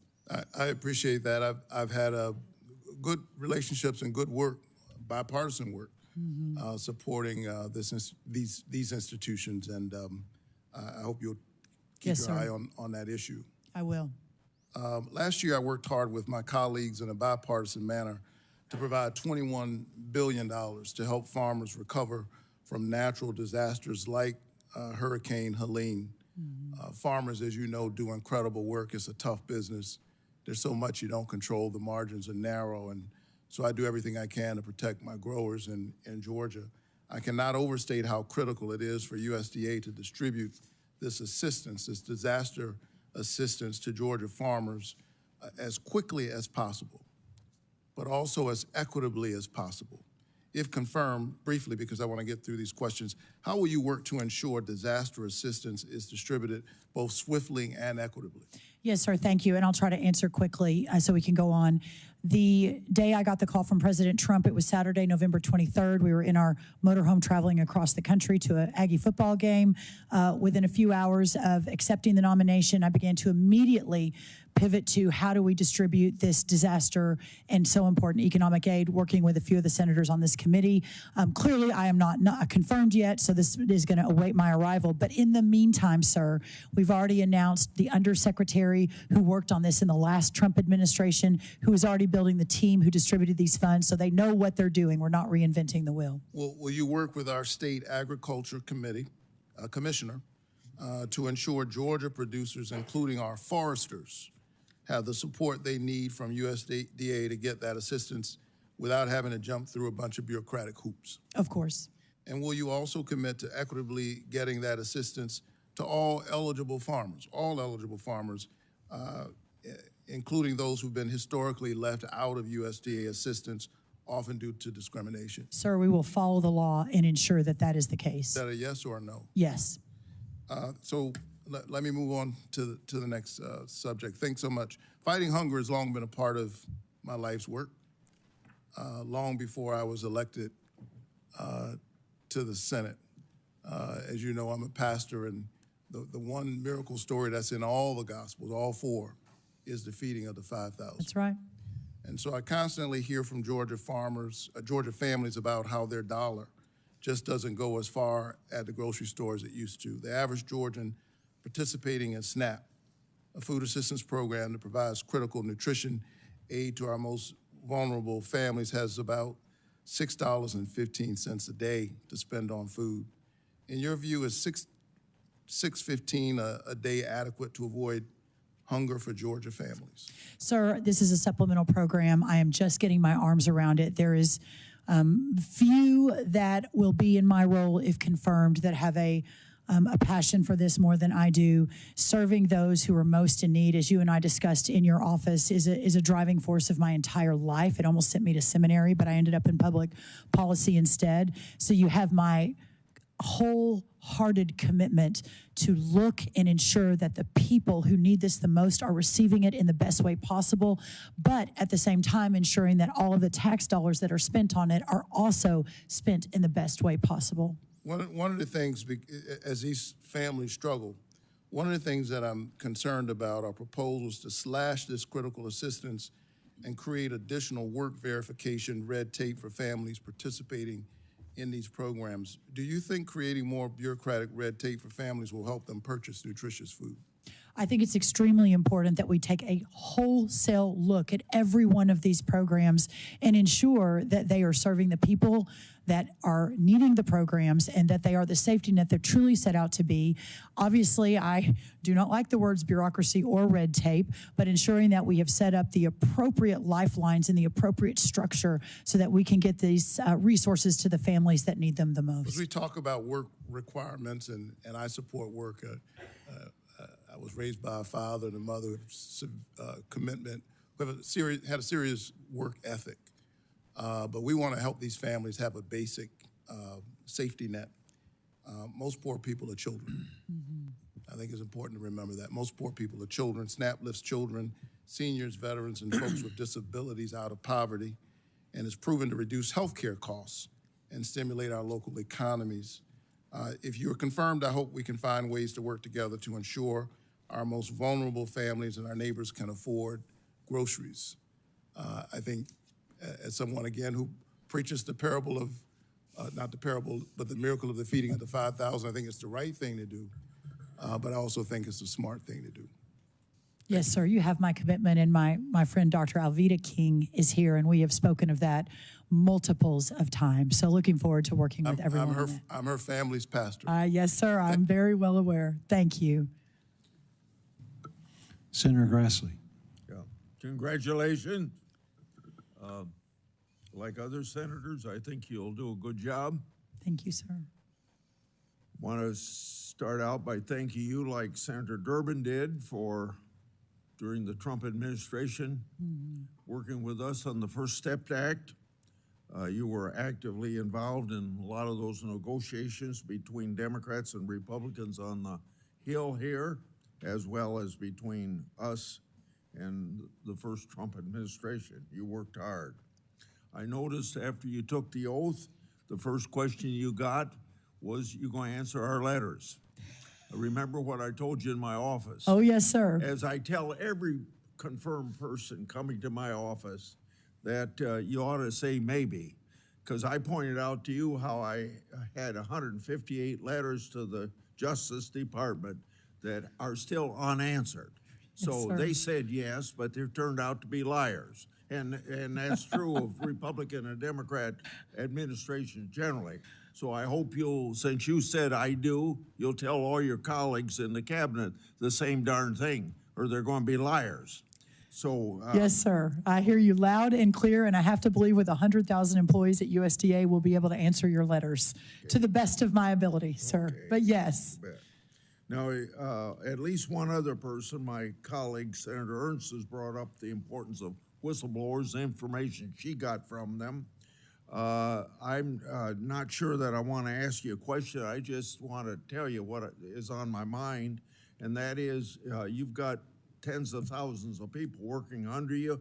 You can't know what they do, and you ought to listen to whistleblowers, and it's not you yourself listening to whistleblowers. It's you establishing a culture within your agency that middle management is going to listen to whistleblowers, because then they don't have to come and bother me. I got 38 investigations going. Most of it have come from whistleblower information about fraud or about the law not being followed or misspending of money and all that. So listen to whistleblowers, will you? Yes, sir. You have my 100% commitment. We talked about it in your office, and I really look forward to that. Yeah. The next thing is the legal term actively engaged in farming is not enforced. We got too many people on Wall Street getting farm payments that shouldn't be getting them. So I want you to make sure that all of this manipulation that has gone on in the Department of Agriculture under both Republicans and Democrats to dilute the term actively engaged. And I'm being a little facetious when I say this, but you ought to at least have dirt under your fingernails if you're going to get payments from the taxpayers for your farming operation. So I expect actively engaged to be fully enforced by you, and however it's been diluted, you ought to take a look at it and make sure that it is stiffer than what it otherwise was. And then when we get into this negotiations on a 5-year farm bill, I don't expect you to answer this now, but just let me tell you, there can be tremendous savings to the taxpayers. And you can even discuss this with Mr. Musk of Doge, and you can discuss it with people at OMB. If you can put a cap on what one farmer can get from the farm program, so we aren't subsidizing big farmers to get bigger. And I got nothing wrong with the marketplace working for people get as big as they want to get, but we shouldn't be subsidizing. The whole point of an agricultural farm 5-year farm bill safety net is to protect people that are medium and small size farmers that can't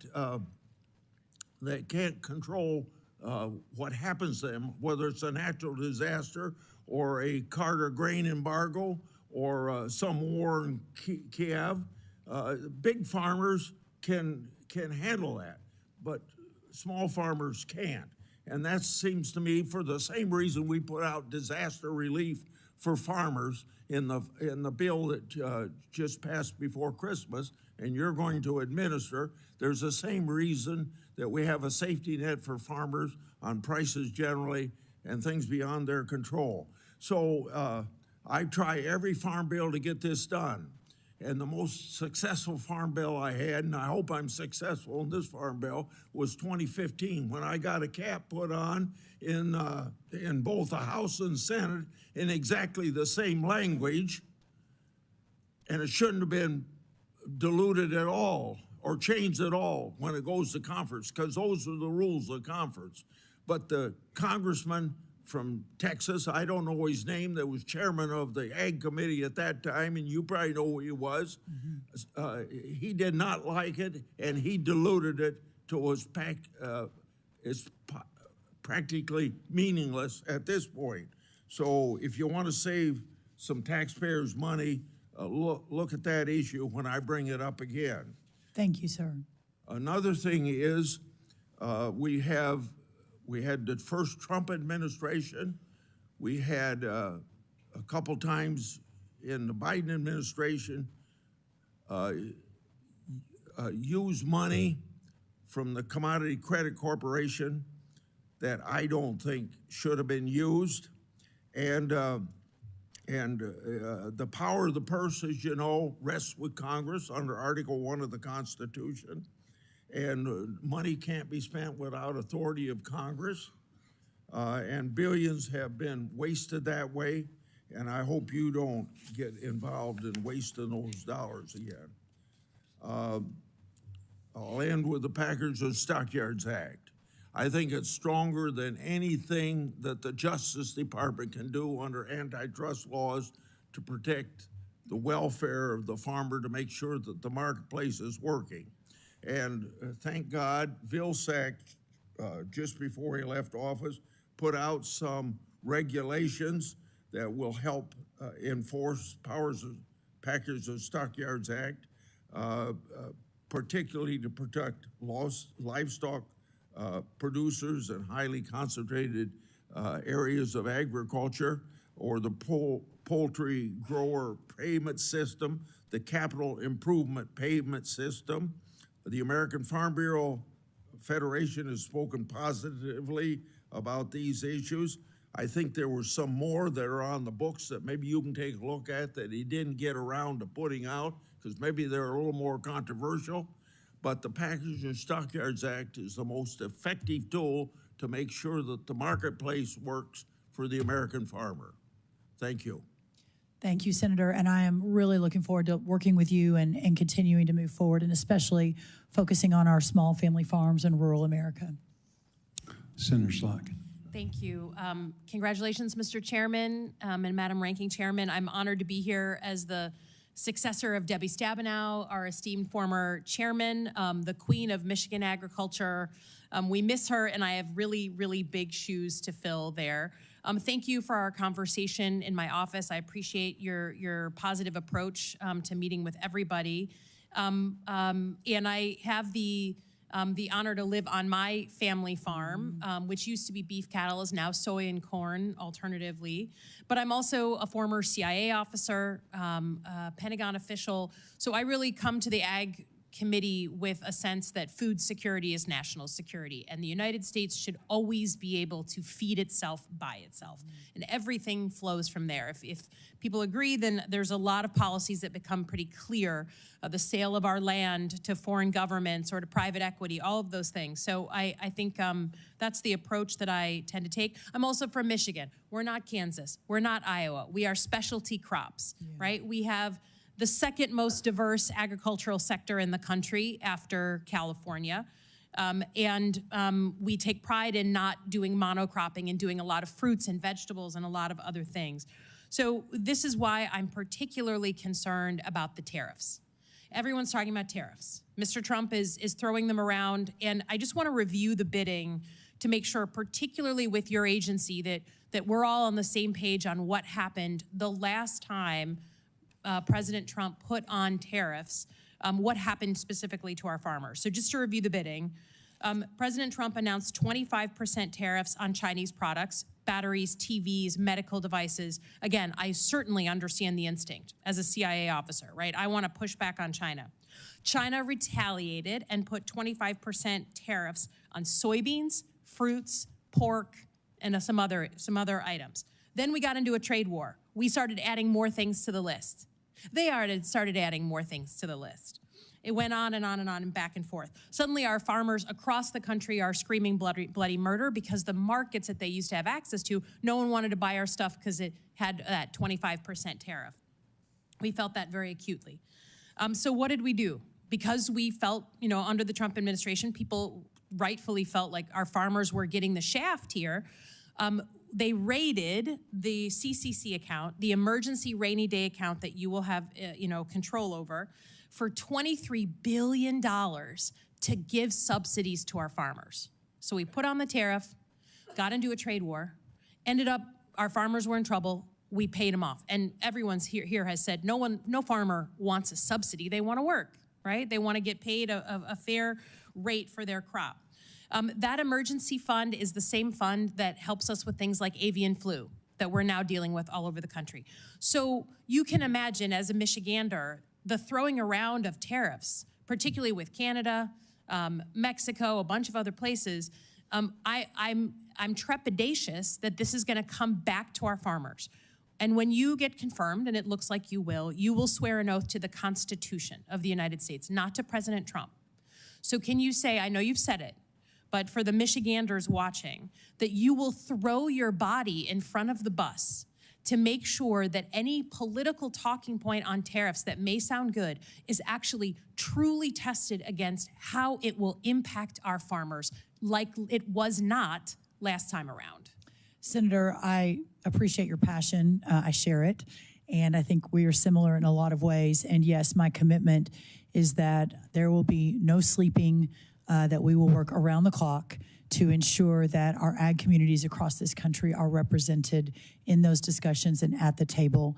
And I will do everything in my power to elevate, preserve, honor, conserve that backbone of America. Yeah, I just want to know that, you have a good relationship with President Trump, and that's a value add. So use it to help our farmers, not just a political talking point. We all want to punch back on China, most of us. Mm-hmm. But it's got to fit reality here and not end up boomeranging on us like it did last time. Next is avian flu. We talked about this as well in my office. Michigan has been dealing with this. Lots of states around the country are dealing with it. We've had human beings, a few getting ill, one passed away. We now see it in cats, household pets that are eating birds that have it, that kind of thing. And, you know, what we've seen, you know, I think Michigan has gotten decently high marks for handling it well because we've cooperated with the federal government, right? But there's a lot of folks around the country that are not so friendly with the federal government. You are going to be, the federal government, having to put some muscle behind some of our rules so that we don't see this spread, right? So we don't, I mean, again, we're all, right now, you cannot get a dozen eggs around Holly, Michigan, where I live, for less than $4.69 a dozen. It used to be $2.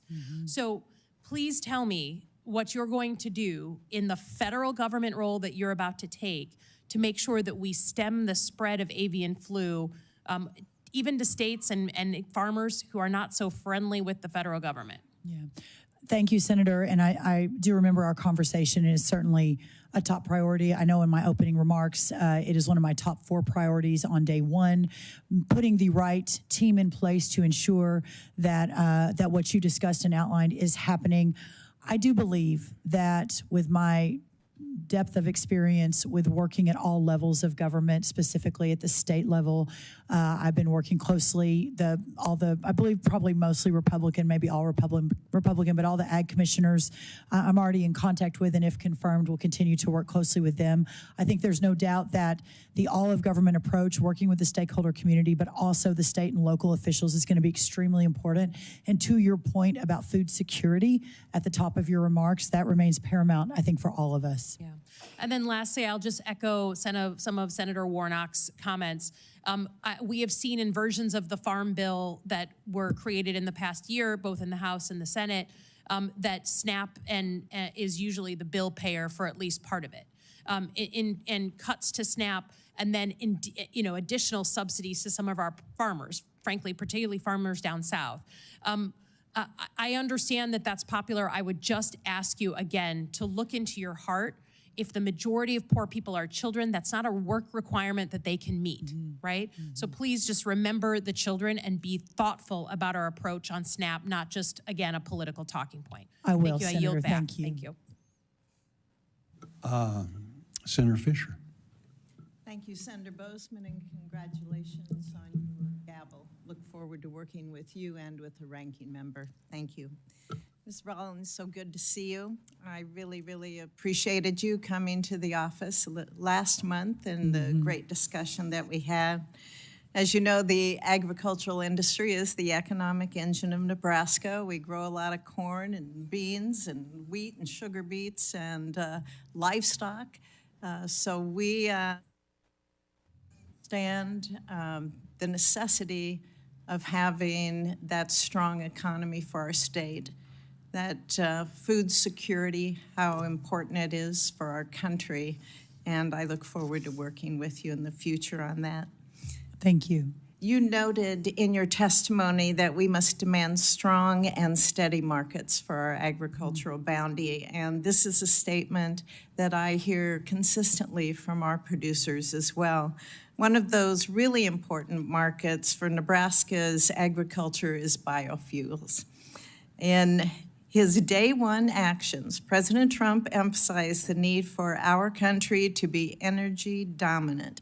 The president has long recognized that ag producers have a role to play in producing abundant homegrown energy, and he took steps in his executive order declaring a national energy emergency so that we can continue to allow for the sale of E15 year-round. And I've long led an effort to make this policy permanent. And I look forward to working with my colleagues to deliver on that part of the president's agenda. We know that there's going to be a number of other biofuel decisions that will be made in the coming months that will have significant impacts on the biofuel market. I know you've heard from a number of my colleagues on this committee about the importance of that. Can you just speak briefly about how you view the importance of biofuel markets for our farmers? I will. And Senator, thank you. Love being in your office and meeting Fred Fisher, and really look forward to hopefully having more conversations in your office and in your home state of Nebraska, which is one of the shining stars of our country.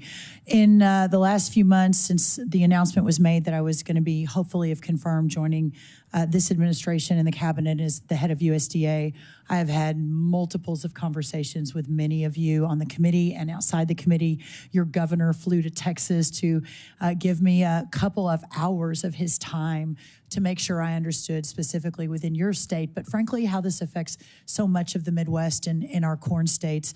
My commitment is to defend and protect and fight for all of American agriculture. Clearly, in the last administration, this issue was under the National Economic Council, Larry Kudlow, so I didn't manage it under the Domestic Policy Council, but I was certainly in a lot of the meetings, which there were a lot of meetings, President Trump would tell you, in the Oval Office about this. His executive order in the last few days mentioning biofuels as part of his all of the above strategy to reclaim energy dominance across the world is important. President Trump was very generous with his time and his previous time in the Oval Office, and he's correct. We had a lot of meetings in the Oval Office. So I think know he said 27. Truly, and he would like to get this issue settled as well. I thought maybe we would last in the CR, but we'll continue to push for that. What we've seen over the last 4 years and what I've heard has been a lot of disappointment from Nebraskans about the lack of any kind of trade agenda from the Biden administration. In fact, for the first time in decades, we've had an agricultural trade deficit.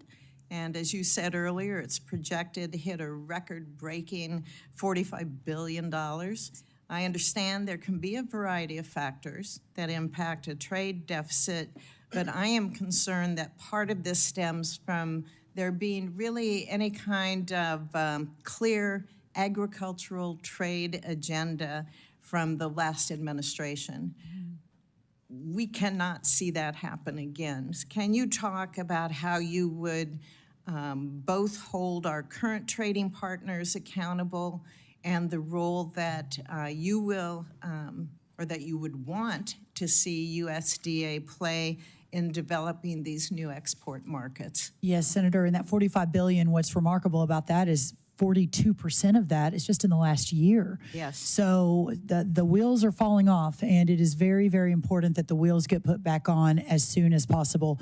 I think for those that know me for a long time, but even Senator, you and I have just gotten to know each other in the recent months, know that I am a relentless cheerleader for whatever it is that I have been called to do.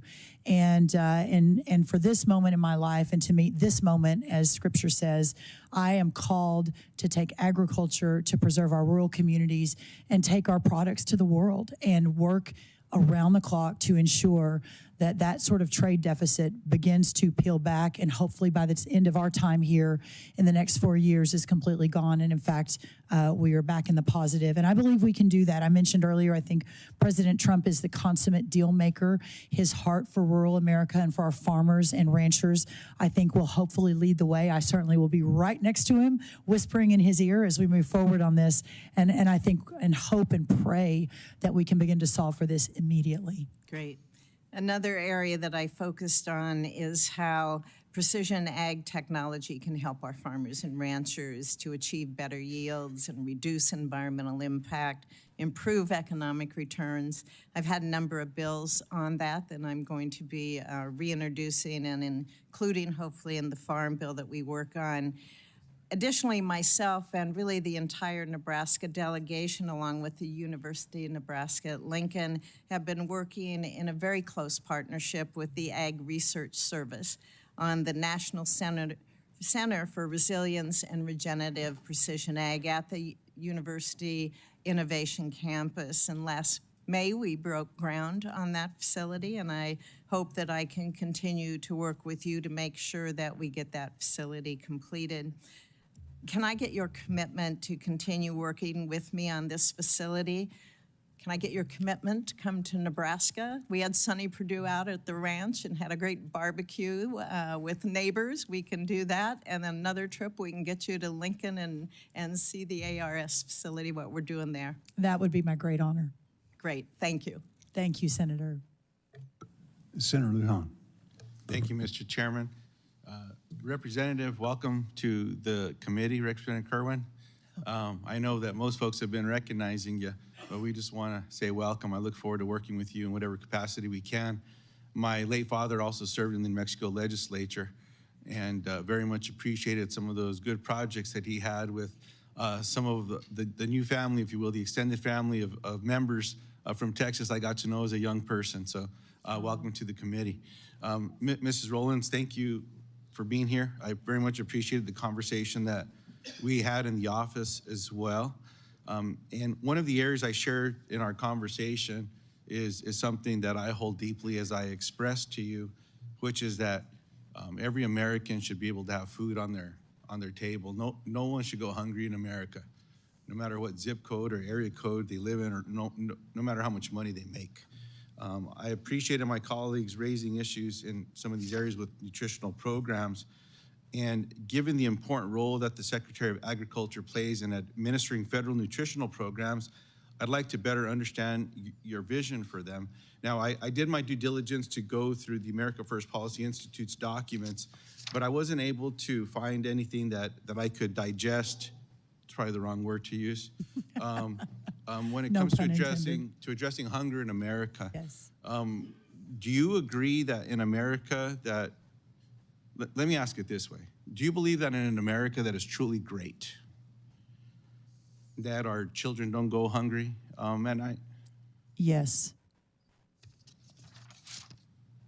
Updates to the Thrifty Food Plan in 2000 and 2021, a program that you'd have a lot of say over, lifted about 2.4 million SNAP participants, including 1 million children, out of poverty. That's good. It's not great yet because we haven't done it all, but it's a good start. Now, Ms. Rollins, yes or no, will you commit to opposing any cuts to SNAP that would prevent Americans, including millions of children, from putting food on their table? Senator, probably not surprising to you, I can't commit to that. Obviously, it is of utmost importance to me, and you and I discussed that we solve this, that it isn't just hunger, it's nutrition as well for so many of our children that don't have access to those programs. But I also know that I have a duty to the taxpayer who is funding in significant numbers those programs. I sincerely believe, Senator, that working together and working with other members of this committee, it's important to Chairman Bozeman as well, that we can find a solution that may or may not end up in cuts. I don't know. That is something I need to spend more time on, research the data, meet with more people. I can't make that commitment to you today, but I can make the commitment to you for a lot of time, a lot of thought, a lot of conversation as we move down that road. I appreciate that. You know, I'm always reminded that budgets are a reflection of values, depending on how those budgets are put forth as well. And I certainly hope that in America, while we all have a responsibility, with fiscal responsibility, that our priorities would say children shouldn't go hungry in America. And I hope that's something that we can find some commonality on down the road. Now, I want to drill into something more specific, which is a program called WIC. It's a program for women, infants, and children, also a food program. It's one of those acronym programs you talked about that are over at the Department of Agriculture. For decades, Republicans and Democrats have supported full funding for this program. Meaning that no eligible mother or child who applies for the program is turned away. In your capacity as secretary, is this a program that we can count on your support with? I look forward, I believe that's one of the 16 nutrition programs across the United States Department of Agriculture purview. I have not spent as much time as I hope to in the coming days and weeks, once confirmed, to really dig into that. But clearly, my heart, this administration, I believe speaking for the full administration, clearly America is the place where everyone should have the opportunity to be part of a safety net when needed. And WIC, I realize, is an important part of that safety net. I appreciate that response very much. Now, in the area of specialty crops, everyone here brags on whose is best. We have it. It's So New Mexico. I'm going to address that right away. I share the concern that many have shared up here today around small farms. 53% of New Mexico farms are 50 acres or less. I mean, the one that I'm on is under 5. I'm concerned as well with what's been happening with small farms across America. Whether it's water rights that are being gobbled up and taken off for something else, away from agricultural water rights, or who's buying them, or what they're turning into. It's one of the reasons I introduced a piece of legislation with Senator Moran, that's a Farmer-to-Farmer Education Act. I will never forget a conversation I had with a grower back home where I was asking about USDA programs years back, and he said, well, we don't do so well qualifying for those programs and all the rest. And I said, well, you're doing okay. You're doing better than most. Tell me how. And he said, I had to learn how to farm USDA. Yeah. Maybe that works for some, but not for all. Yeah. I agree with everyone that's talked about the red tape that exists for some of these programs. We've got to find a better way.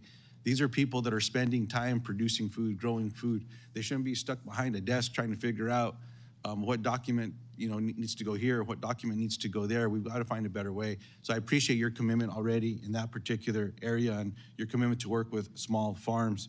The other area that I raised in our meeting, and I actually just got off the phone with someone, so I apologize for excusing myself, but the Hermit's Peak Calf Canyon fire. This is a fire that started a few years ago that became the largest fire in the state of New Mexico's history. What surprises a lot of folks, and I appreciate my Republican and Democratic colleagues here for supporting me and helping to create a fund specific for this fire. Right. This fire started as a prescribed burn.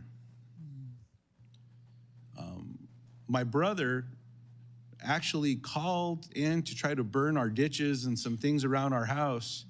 And you have to call the local fire department, is the way our permit works. And you call them up and you say, can I burn today? And they'll tell you, nope, no burning today. He got a no burn the day that they started this prescribed burn. Got out of control. So then I got told by folks around USDA, well, very few percentage of our fires, prescribed fires, turn into big burns. About 2 months later, guess what happened in New Mexico? Yeah. We had another one. It's And then devastating. there was an investigation. And then that investigation showed that rather than using the infrared technology that we've all helped fund, some folks put their hands on the deal. And it didn't feel warm.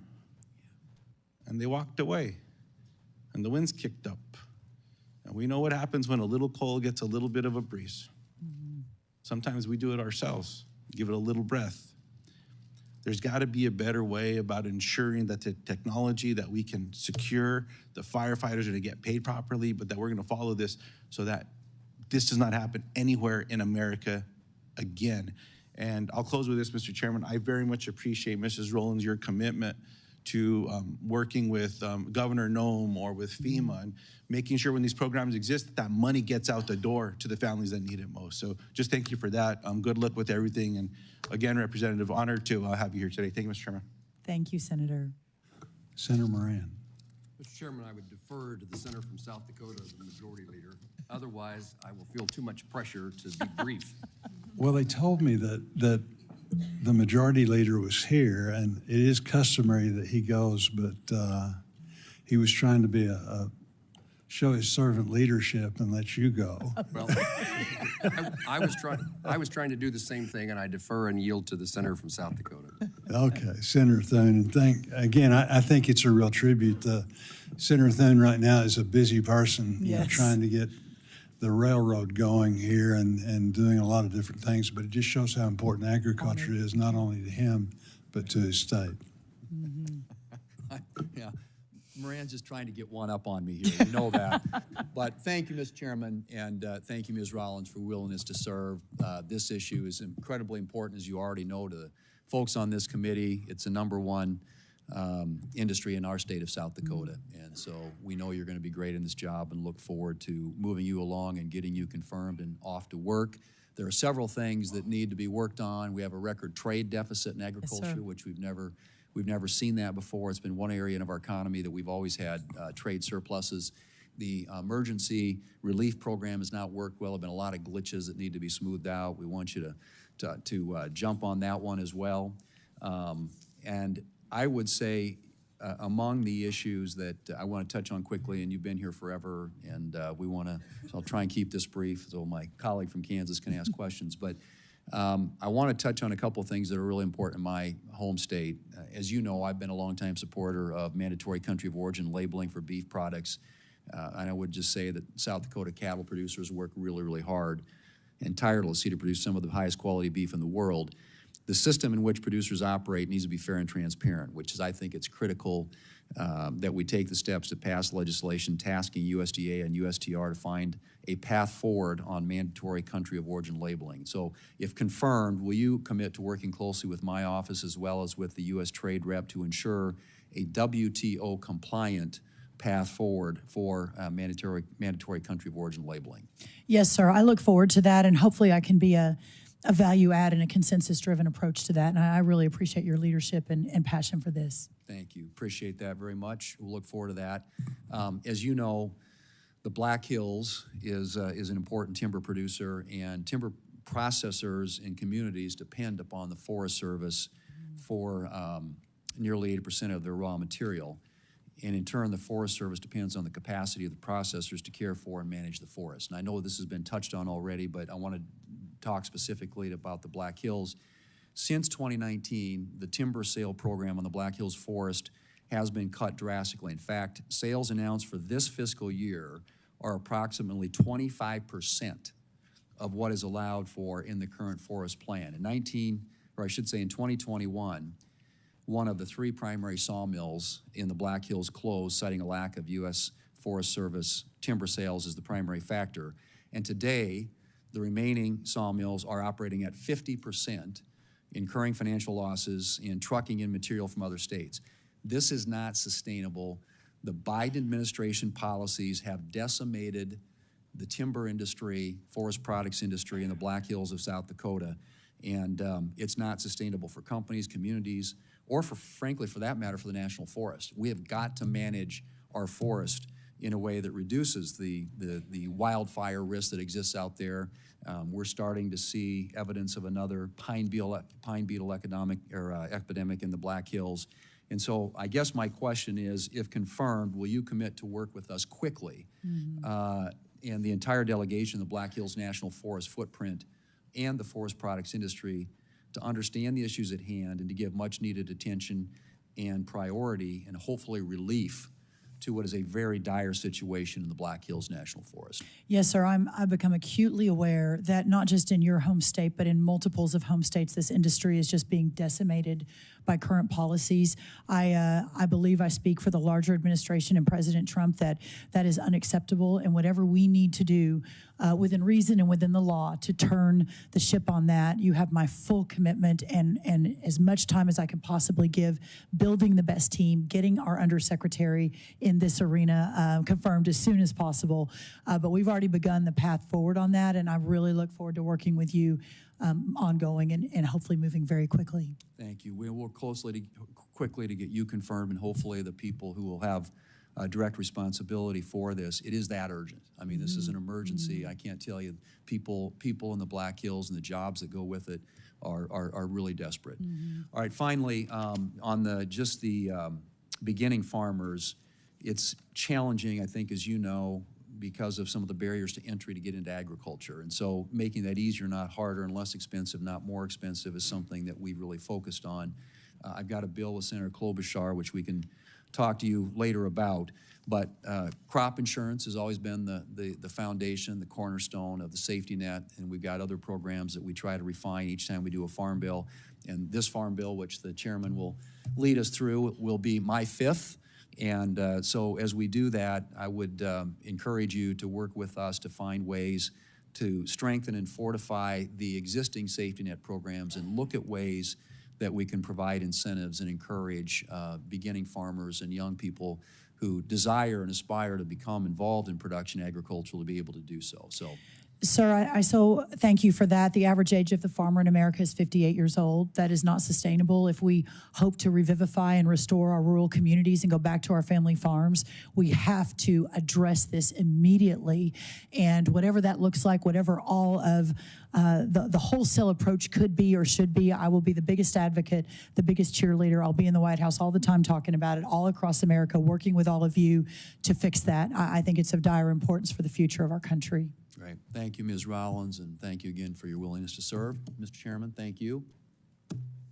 Thank you so much, Senator. Well, we're still on the first round. Senator Schiff's already gone, so Senator Moran. Chairman, thank you, and Senator Thune, thank you. I'm pleased to be a new member of the Senate Agriculture Committee, and it took a waiver that probably involved the majority leader's approval, so I'm pleased to now have that debt clear. Yes, you're all free. I'm all free. Ms. Rollins, thank you very much for the conversation we had in the office. Thank you for your interest in serving. I want to run through, I hope, maybe 5 things that I want to talk about briefly, some of which we did talk in person. But first of all, it's been described here the dangerous and dramatic circumstances that farmers and ranchers find themselves in across the country.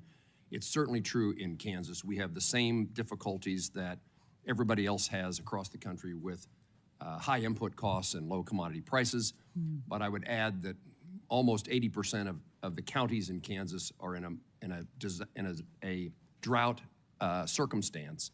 And so you add to the problems that we can't grow a crop is dramatic. This is the least amount of wheat harvested in Kansas since 1961.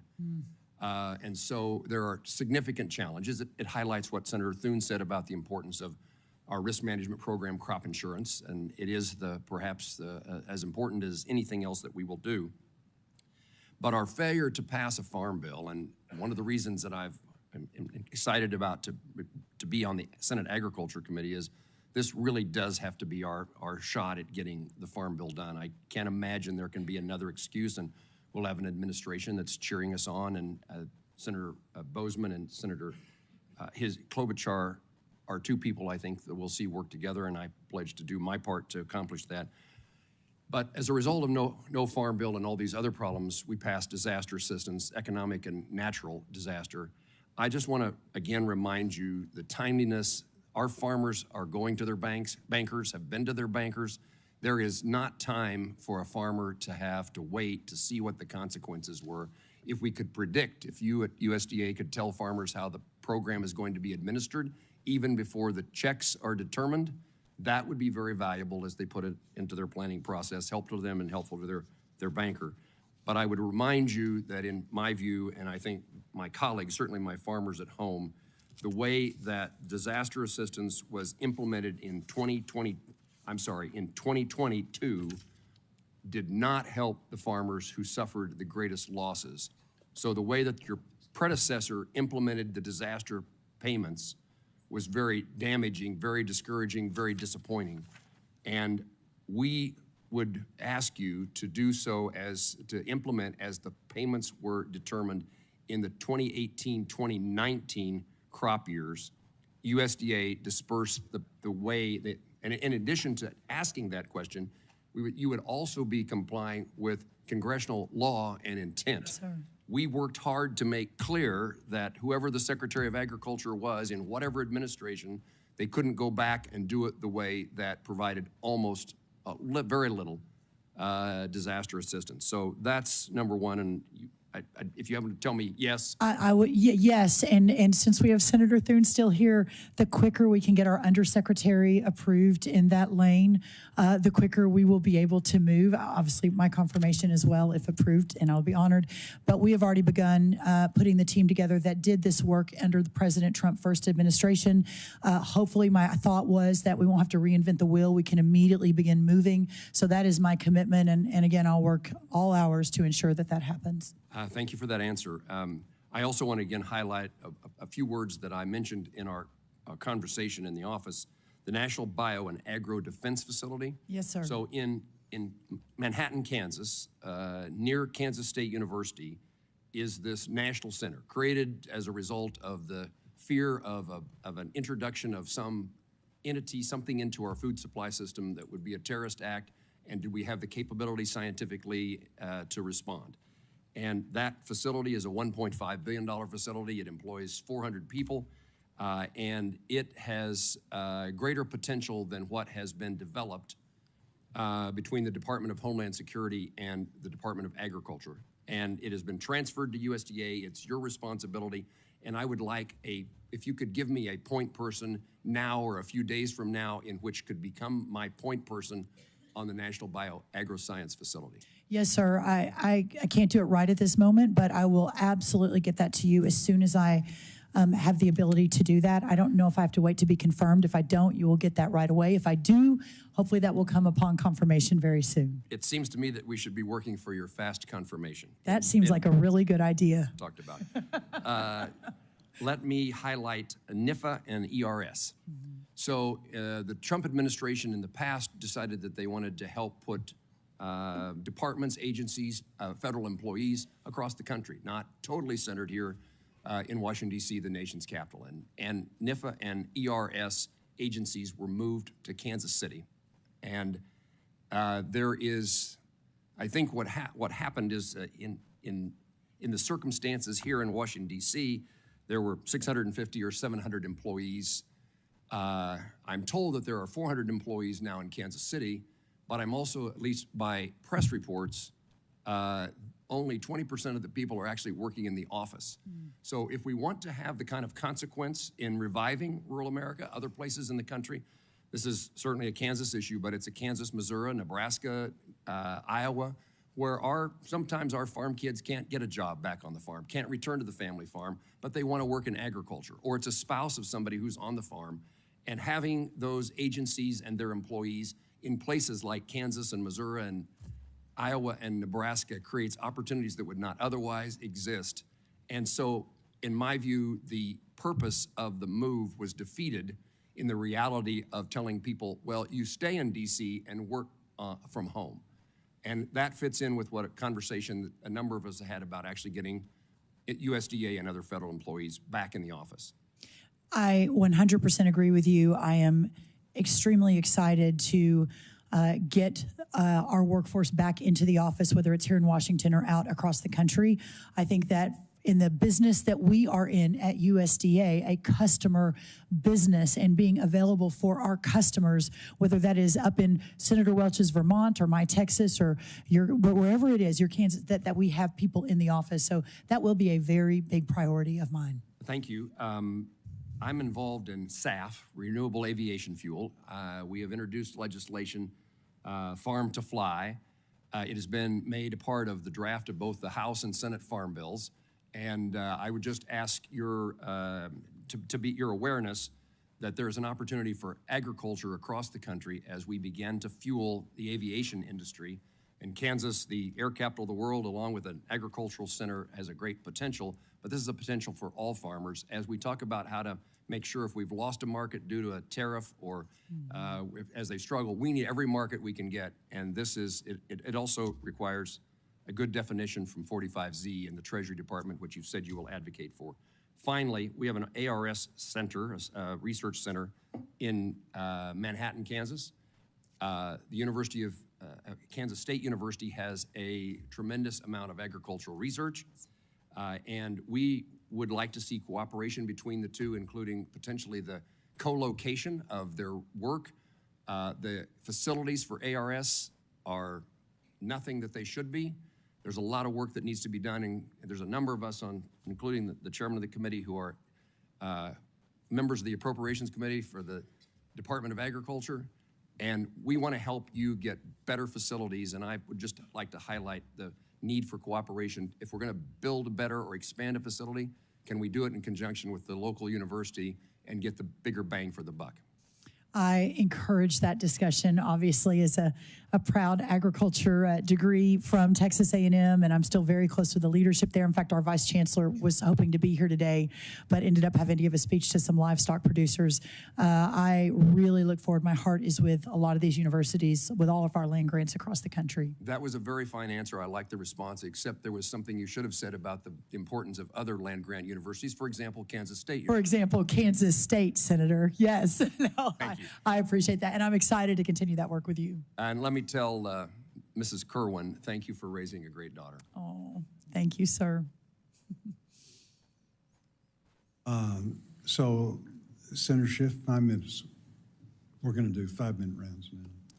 Thank you, Mr. Chairman. Ms. Rollins, right now, farm workers in Ventura County are picking strawberries in a brown haze, smoke from the fires. It's a surreal scene to look at images of working in those conditions. These are just some of the difficult conditions that farm workers are often in. They're working in 100-degree heat. They're working in the cold. They're some of the hardest working people I've ever met.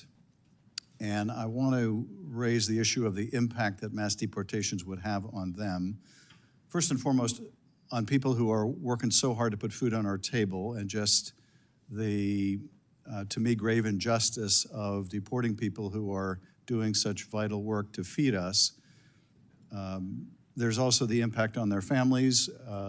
Many of them have children who are U.S. citizens and will be U.S. citizens. And so it would have the effect of splitting up their families.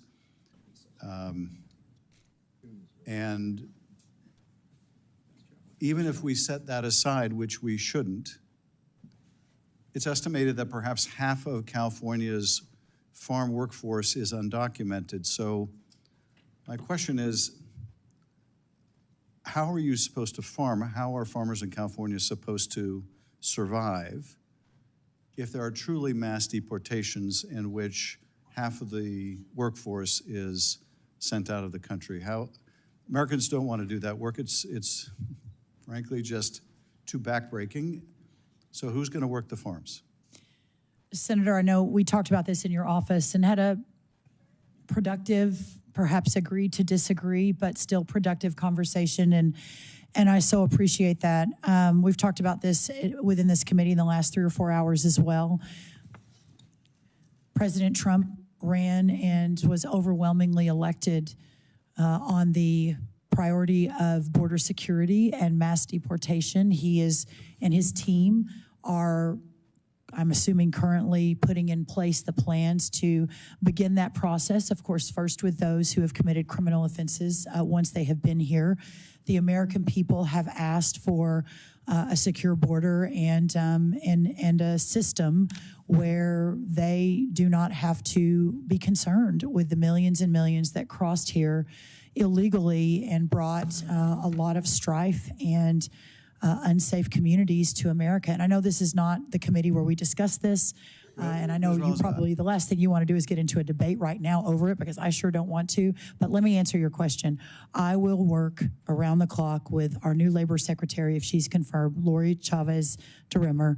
There is obviously, I think everyone would agree, H-2A important changes that need to be made to recognize within the agriculture community the importance of a strong labor force.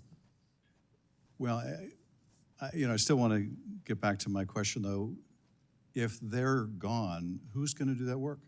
Well, sir, we don't know, first of all, who they are, right? I mean, we all throw numbers around like 40%, 50%, 60%.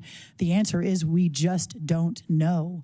And as these processes and programs are being implemented under this new administration with the full support of the majority of Americans, I think that we as the leaders in agriculture, myself as the leader at USDA, you on this committee along with others on the committee, that we will work together to understand and hopefully solve for some of these problems. The dairy cattle have to be milked, but if we've got a mass deportation program underway, then there's a lot of work that we need to do through the Labor Department with Lori Chavez DeRimmer, who's also an ag person, and working with Congress to solve for a lot of this through our current programs, our current labor programs that are already on the books.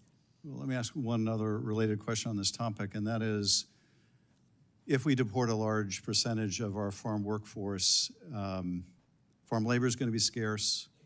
Isn't that inevitably going to push up food prices?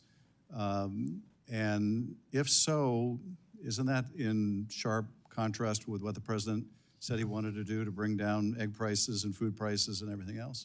I think, well, first of all, we're speaking in hypotheticals, but certainly these are hypotheticals we do need to be thinking through, and I think it's a very fair point. The president has made food inflation and the cost of food one of his top priorities. I have worked alongside him. I have been part of his team for many years now. I believe in his vision and his commitment to America and to his promises, and in so doing, I believe that we will be able to find in our toolkit what we need to do to solve for any hypothetical issues that end up turning out to be real moving forward over the coming months and years.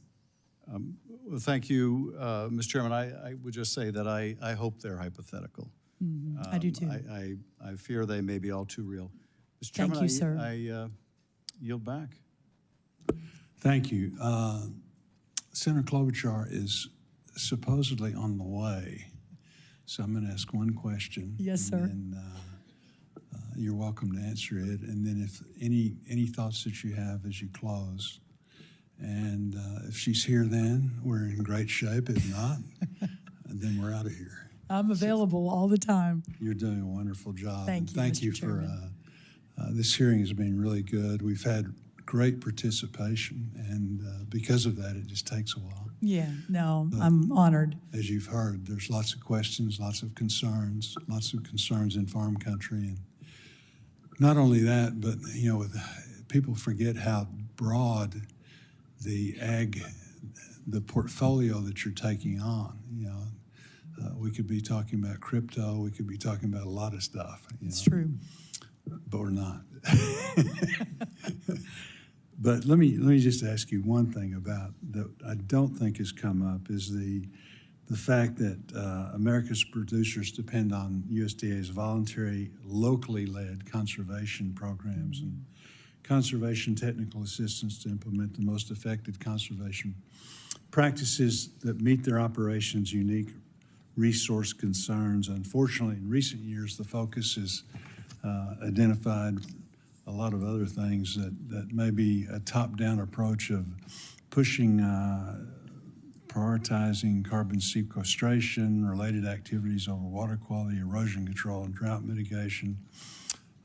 Those things are important, and yet again, what I want you to talk about is the fact that you would be committed to a voluntary, locally led, incentive-based conservation model that served our farmers and ranchers for so many years very effectively. I would, Senator, and I know we all know that the best conservationists are our farmers and ranchers, certainly from the beginning of our country. One thing I don't think I've talked about with anyone on the committee is that my family on our farm in Minnesota, a piece of the land, actually participated in one of those voluntary conservation programs. So we actually have firsthand knowledge of what that looked like and how to do it, and believe certainly in how important and valuable it can be. So yes, sir, I look forward to, other than my personal experience that my sister Ann really led it, so I can't pretend to know much, but I was very grateful for her and our family that I don't know as much about it as I need to, and I look forward to learning more. But yes, you have my commitment that clearly that's an important piece of all of the work. Have you got any closing comments or? I'm sorry. I do have closing comments, but I'm guessing that Senator Warnock might have another question or two. Very much. Senator Warnock. Thank you so very much, Chair Bozeman. Just a couple more questions, and thank you so very much for your presentation this morning. Farmers in Georgia are already talking to me. They're already concerned about potential retaliatory actions following President Trump's promises to levy heavy tariffs. They're already dealing with slim margins. As I said in my first round of questions, it's a tough business. So much you don't control, and it's not difficult to find yourselves in trouble. They're dealing with slim margins due to high input costs, and the last thing they need is to be caught up in the middle of a trade war that could drive up food prices for all of us.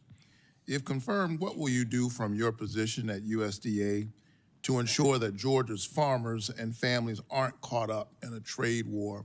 Again, it's something I've worked on, by the way, with Republicans and with helping to get our farmers' goods to market. So it's something we think about a lot. Senator Warnock, when I was in your office, I believe last month, we talked about your commitment to your farmers and what a priority this was to you. Georgia is a very important agriculture state.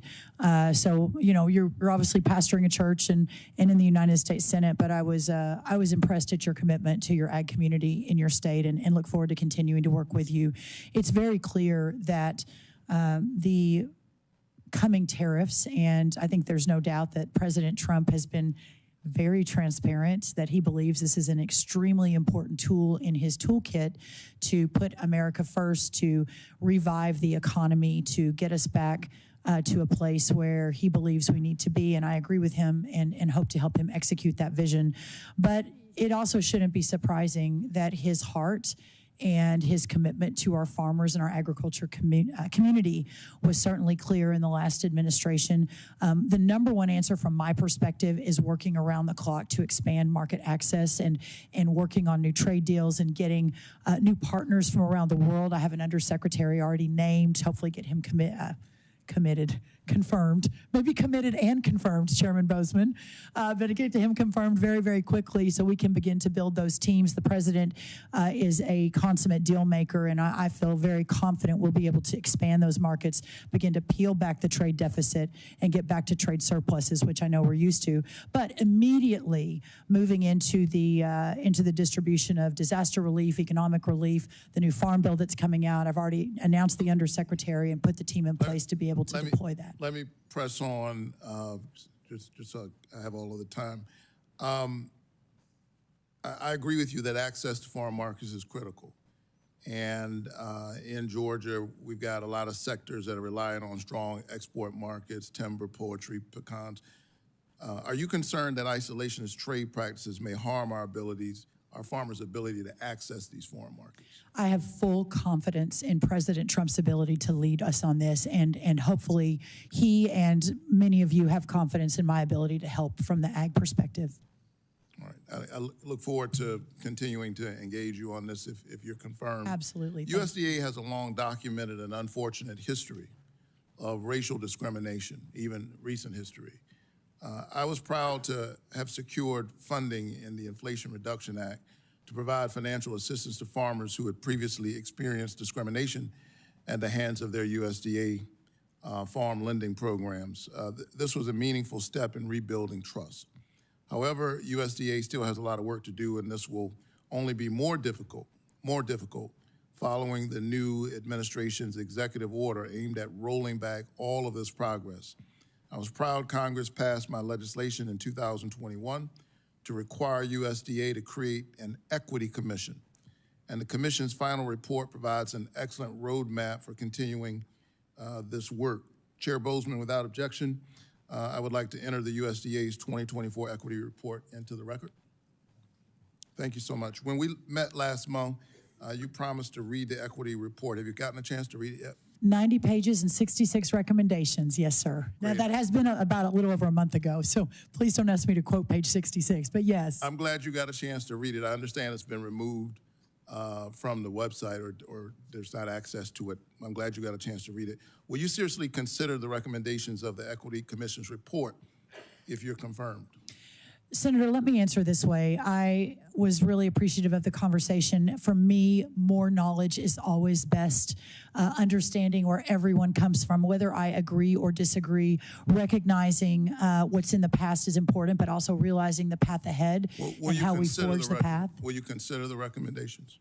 Sir, I will consider anything that's on the table. I think that's only fair. But I also, President Trump won on the concept of removing the diversity, equity, and inclusion, making sure that we are basing our decisions on merit, and I obviously support that 100% as well.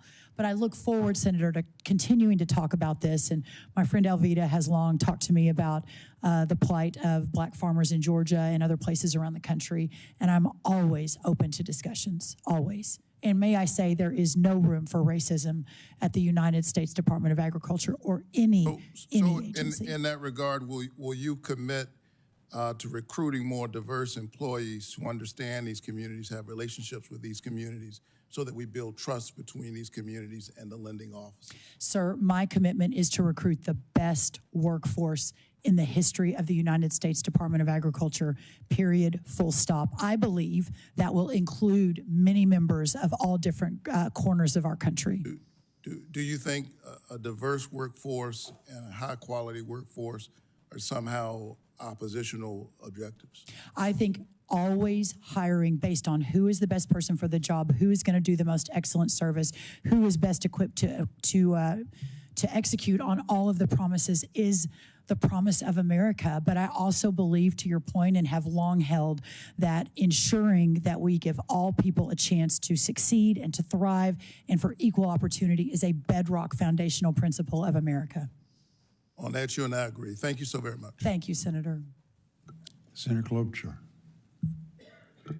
Thank you very much, Senator Bozeman, and I'm hoping these will be your last 3 questions.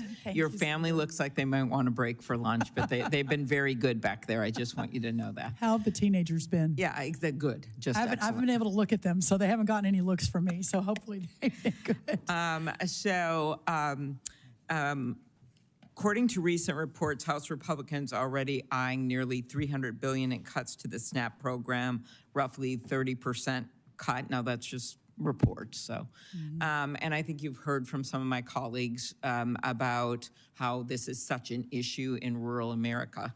And in my state, as Senator Smith pointed out, our actual hunger rate is higher in rural than it is in the metropolitan areas. What kind of an impact do you think a $300 billion cut would have to SNAP? And if confirmed, will you commit to supporting robust funding for USDA's nutrition program? Senator, thank you. My commitment will always be to ensuring that these programs are effective and efficient. And I think I spoke from the heart, and I mean this sincerely, the importance of our leadership as a bipartisan body to ensure that those with the least among us are ably supported and don't go hungry. This is the United States of America. I don't yet know what the numbers look like. I need to really dig down, but my commitment to you is that we will talk about this until the very last minute. I will always be open to you, and that I look forward to ensuring that we're able to do what the original and core tenets of that program are called to do. And I'll follow up on this in a written question, but I do want to know if you believe SNAP benefits should be calculated based on current food costs. Well, I will say that obviously current food costs, you know, the importance of the inputs into the program and understanding where the market is will always be a priority. Okay. Congress made significant investments in climate-smart agriculture through the Inflation Reduction Act, giving more farmers access to popular conservation programs. So we had a situation where a bunch of the farm groups actually were supportive of this part of the IRA. I've always led bipartisan legislation on conservation, working with our hunting and fishing groups. One of the bills I have has been with Senator Thune, based on voluntary conservation program participation. A recent executive order issued just, of course, in the last 2 days to pause disbursements from the Inflation Reduction Act would put some of these plans that I mentioned, CRP plans and the like, in jeopardy. What is your understanding of the impact of these executive orders, and will these orders to slow IRA disbursements impact farmers looking to use voluntary conservation programs? My commitment is to obviously understand exactly what the target and the goal of that executive order is. I have not been read in on that yet, but I will be. And then ensuring that that aligns with what is stated in that executive order. Again, the President Trump and our administration's heart is with the rural communities and the agriculture communities, and ensuring that there's full understanding and data to support what this will do. Of course, not surprisingly, Senator Klobuchar, I think the president has been very clear on his priorities on climate programs and whether taxpayer dollars should be supporting those. So the robust conversation I think that we will have is to follow, and I look forward to that. And you have my commitment that I'm always available to discuss that and to represent ag interests where appropriate in those discussions with the White House. Okay, thank you. And Also, just wanted to thank you for your commitment to the next generation of farmers and ranchers. As you know, the average age is, well, not quite as old as the U.S. Senate, but it has been creeping up, and we need new people to go into agriculture. And I hope just with your background and your FAA involvement and the like, I think that would be among your many priorities, would be a really smart thing to go around and talk about. And I know there's plenty of people on our side of the aisle that would join you in that focus. So thank you. Thank you, Senator. I want to thank Mrs. Rollins for appearing before the committee today, and also like to thank Ranking Member Klobuchar and all the members of the committee for the great participation that we had today. The Ranking Member and I have agreed that questions for the record are due by 6 p.m. tomorrow. This concludes today's hearing. Thank you so much. Thank you. What an honor to be here. Thank you. Thank you.